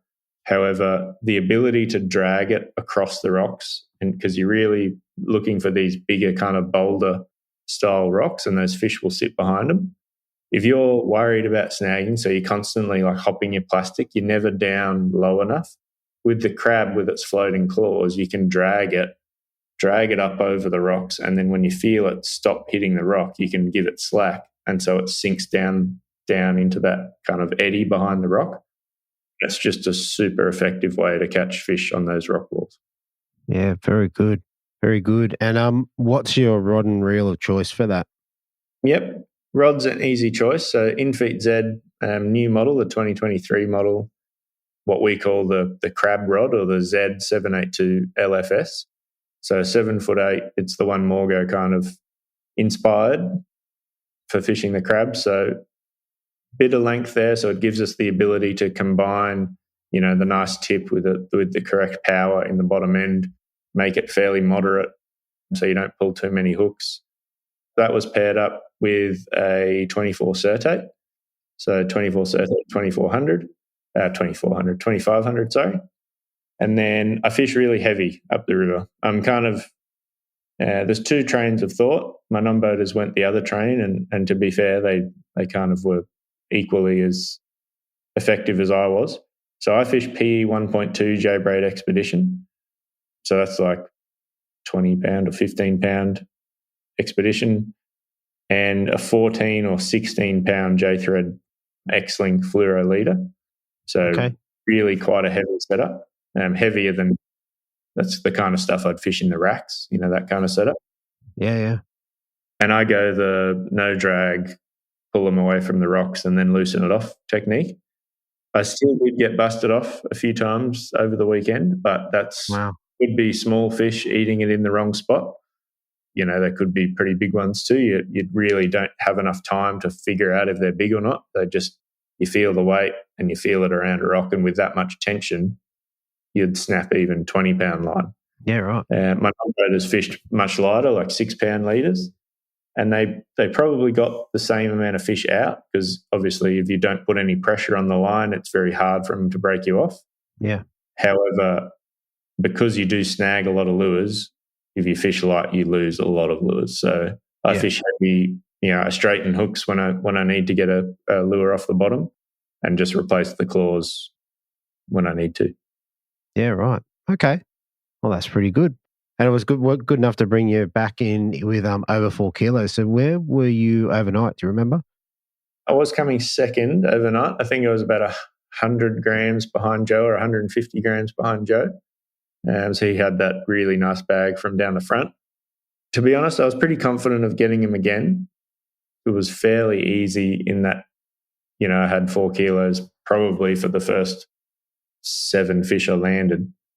So I thought I'd get him, relatively easy, but it was just a matter of those fish out the front in the washes. Up the river, I've never caught a 40 forker, I believe. I don't think I've ever caught a 40 forker up the river, but I've caught a lot of 40 forkers in the wash. So yeah, okay. I was content that I'd get another good bag up there, but if Joe, got a nice one in the wash, I probably wasn't going to have enough fish up there to compete with him. But as it turned out, he probably didn't get the big bite he needed, and I got one that I needed. So yeah, that's very good. It is a good thing overnight if you've got confidence that your spots are going to hold up, rather than you've caught a couple of good ones and you're like, I don't know what's happening tomorrow. Yeah, for sure. It's always better to be in that frame of mind than the other way around, for sure. Exactly. All right, let's move on to Sunday.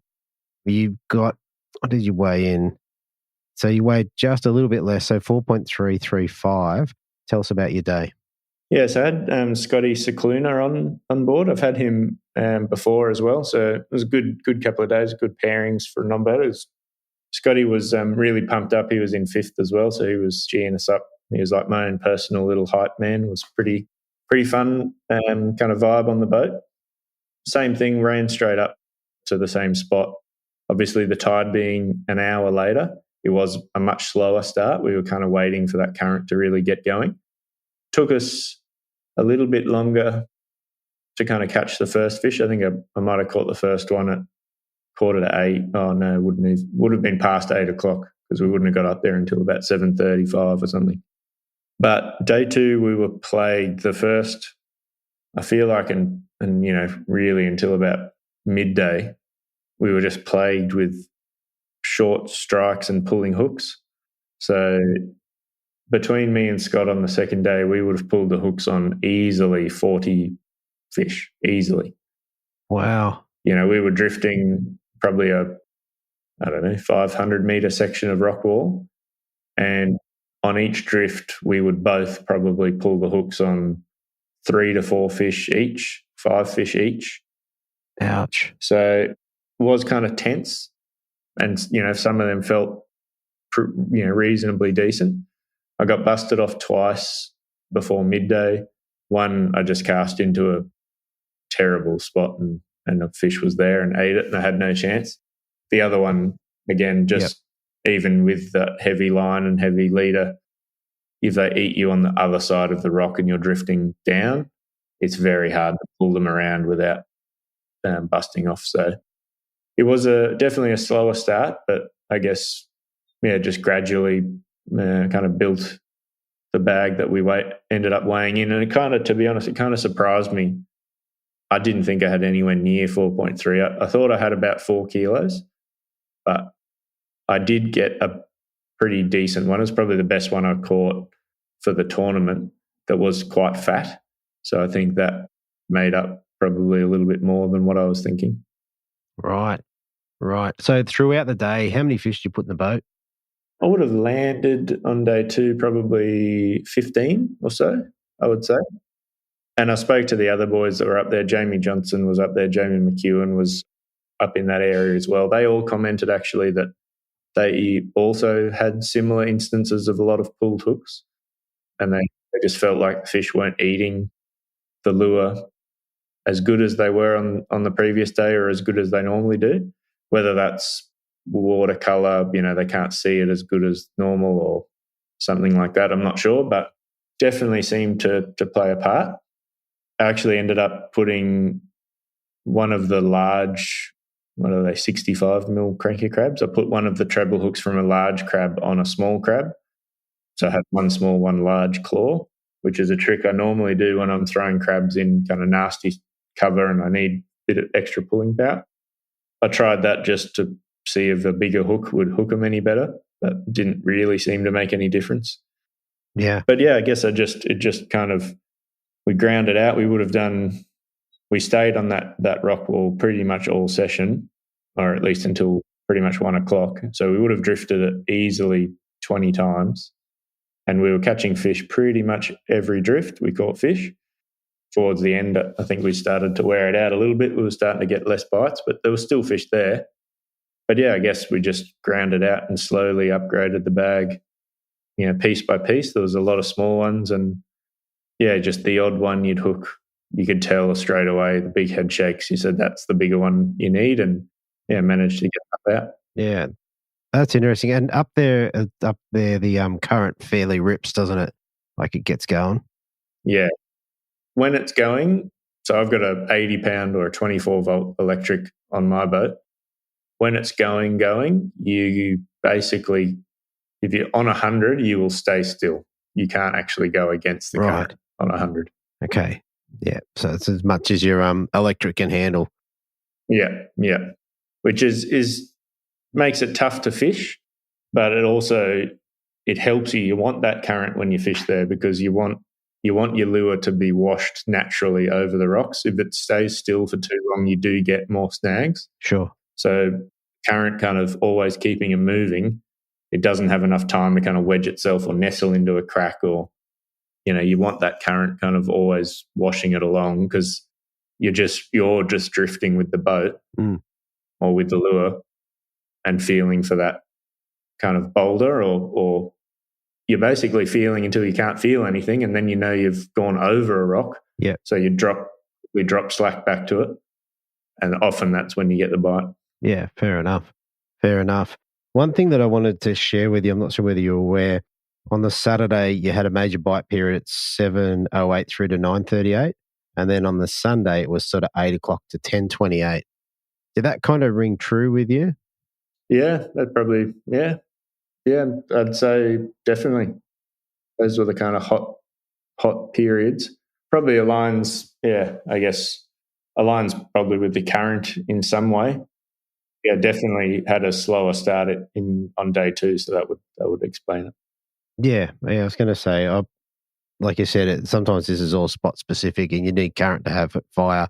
Doesn't matter what's going on, but yeah, it was an interesting thought, I guess. All right, mate. So in the end, you were able to come over the top of Joe just by 15 grams and take the win. What did you get to take home for the win? I think I won $4,000 for first place, and the $250 Merc bonus, which was handy. So yeah, happy to do that. That's very cool. And a first place trophy or badge? Yeah, got the badge and trophy just behind me, sitting on the, to be honest, haven't even looked at them, just dropped them on the kind of our entrance piece thing that we have sitting in the front door, and I was straight back to work on Monday, and big week at work. So to be honest, I haven't even touched the trophy or the novelty check or anything since I walked in the door. Oh, there you go. All right. And mate, one more thing before we head off. Is there anyone you want to give a shout out to or say thank you to? Yeah, just big appreciation from my side for everyone that travelled to fish both events. It is a big week. It's daunting coming to Sydney, somewhere where it's such a big fishery, lots of, just looks unreal everywhere. Stressful to drive around, tow a boat around. So big thanks to all the anglers that did come down, whether it was for one or both events. It is a big effort. Obviously we're the supporting sponsor or the naming sponsor of the Open and the naming sponsor of the series. So from Daiwa's perspective, it is really appreciated to get good fields. We've had good turnouts at pretty much all the events this year. So yeah, just thanks to all the competitors. From my side, obviously, thanks to everyone at Daiwa, all the boys. We've got a really good crew there.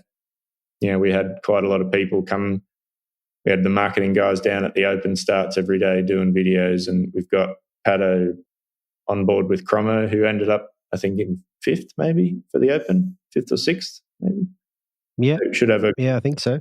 A good pursuit video coming out from that. So keep an eye out for that on the Daiwa YouTube channel, in the next, Pato's on a honeymoon now, so probably won't be for the next month, but sometime after that. And then, just the guys from Maui Gym, they were the supporting round sponsor for the Hawkesbury event. They look after me and a couple of other guys as well, and they've been they kind of came into the sport at a time where there was a lot of changes in the sunglass industry with buyouts and mergers and stuff going on. And they've really kind of taken the reins as the official sunglass of ABT. And I know the anglers are paying them back. There's more and more Mauis on everyone's head every event I go to. So, yeah, big shout out to them and thanks to everyone that supports the sponsors, because without them getting some return on their investment, they don't come back year after year. So, and then the last one, just the guys from BLA, so Humminbird and Minn Kota, they've been looking after me for a little while, and yeah, all the stuff worked very good. And I think I said to Morgo, that was definitely the last event where I've using the old 4-tracks. I've had that 4-tracks on the boat for eight years now. Hasn't missed a beat. Snapped props, running into rocks. I've been picked up and dropped on bommies, fishing flint and steel with it. Still runs. But I'm pretty sure there's a brand new Ultrex Quest sitting in the diver warehouse for me, ready to go. So very excited to put that on the boat. And I finally have spot lock, so when I catch a fish up the river, I won't be 200 metres down the bank by the time I land it and put it in the life well. Yeah, that's a great improvement. And, mate, one more thing before you head off, mate. I want to congratulate you on becoming the best brim angler in Daiwa. Again. Yeah, I'll hold that trophy for probably one event, but that's all right. We'll take it while I've got it. That's exactly right. All right, mate. Thanks for coming on again, and we'll talk to you soon. Appreciate it, mate. Thank you. Okay, so there you have it, everybody. 6 amazing interviews. I hope you really enjoyed that one. It was all recorded just a little while ago, so I pretty much recorded this straight after the event, and we're just getting around to releasing them now. In any case, yeah, I hope you enjoyed that, and I'll talk to you next week on the Brim Fishing Project. Thanks for listening. Hopefully you were informed, inspired and entertained. If you were able to learn something or just enjoyed listening, please consider subscribing and rate us on your favourite podcasting platform.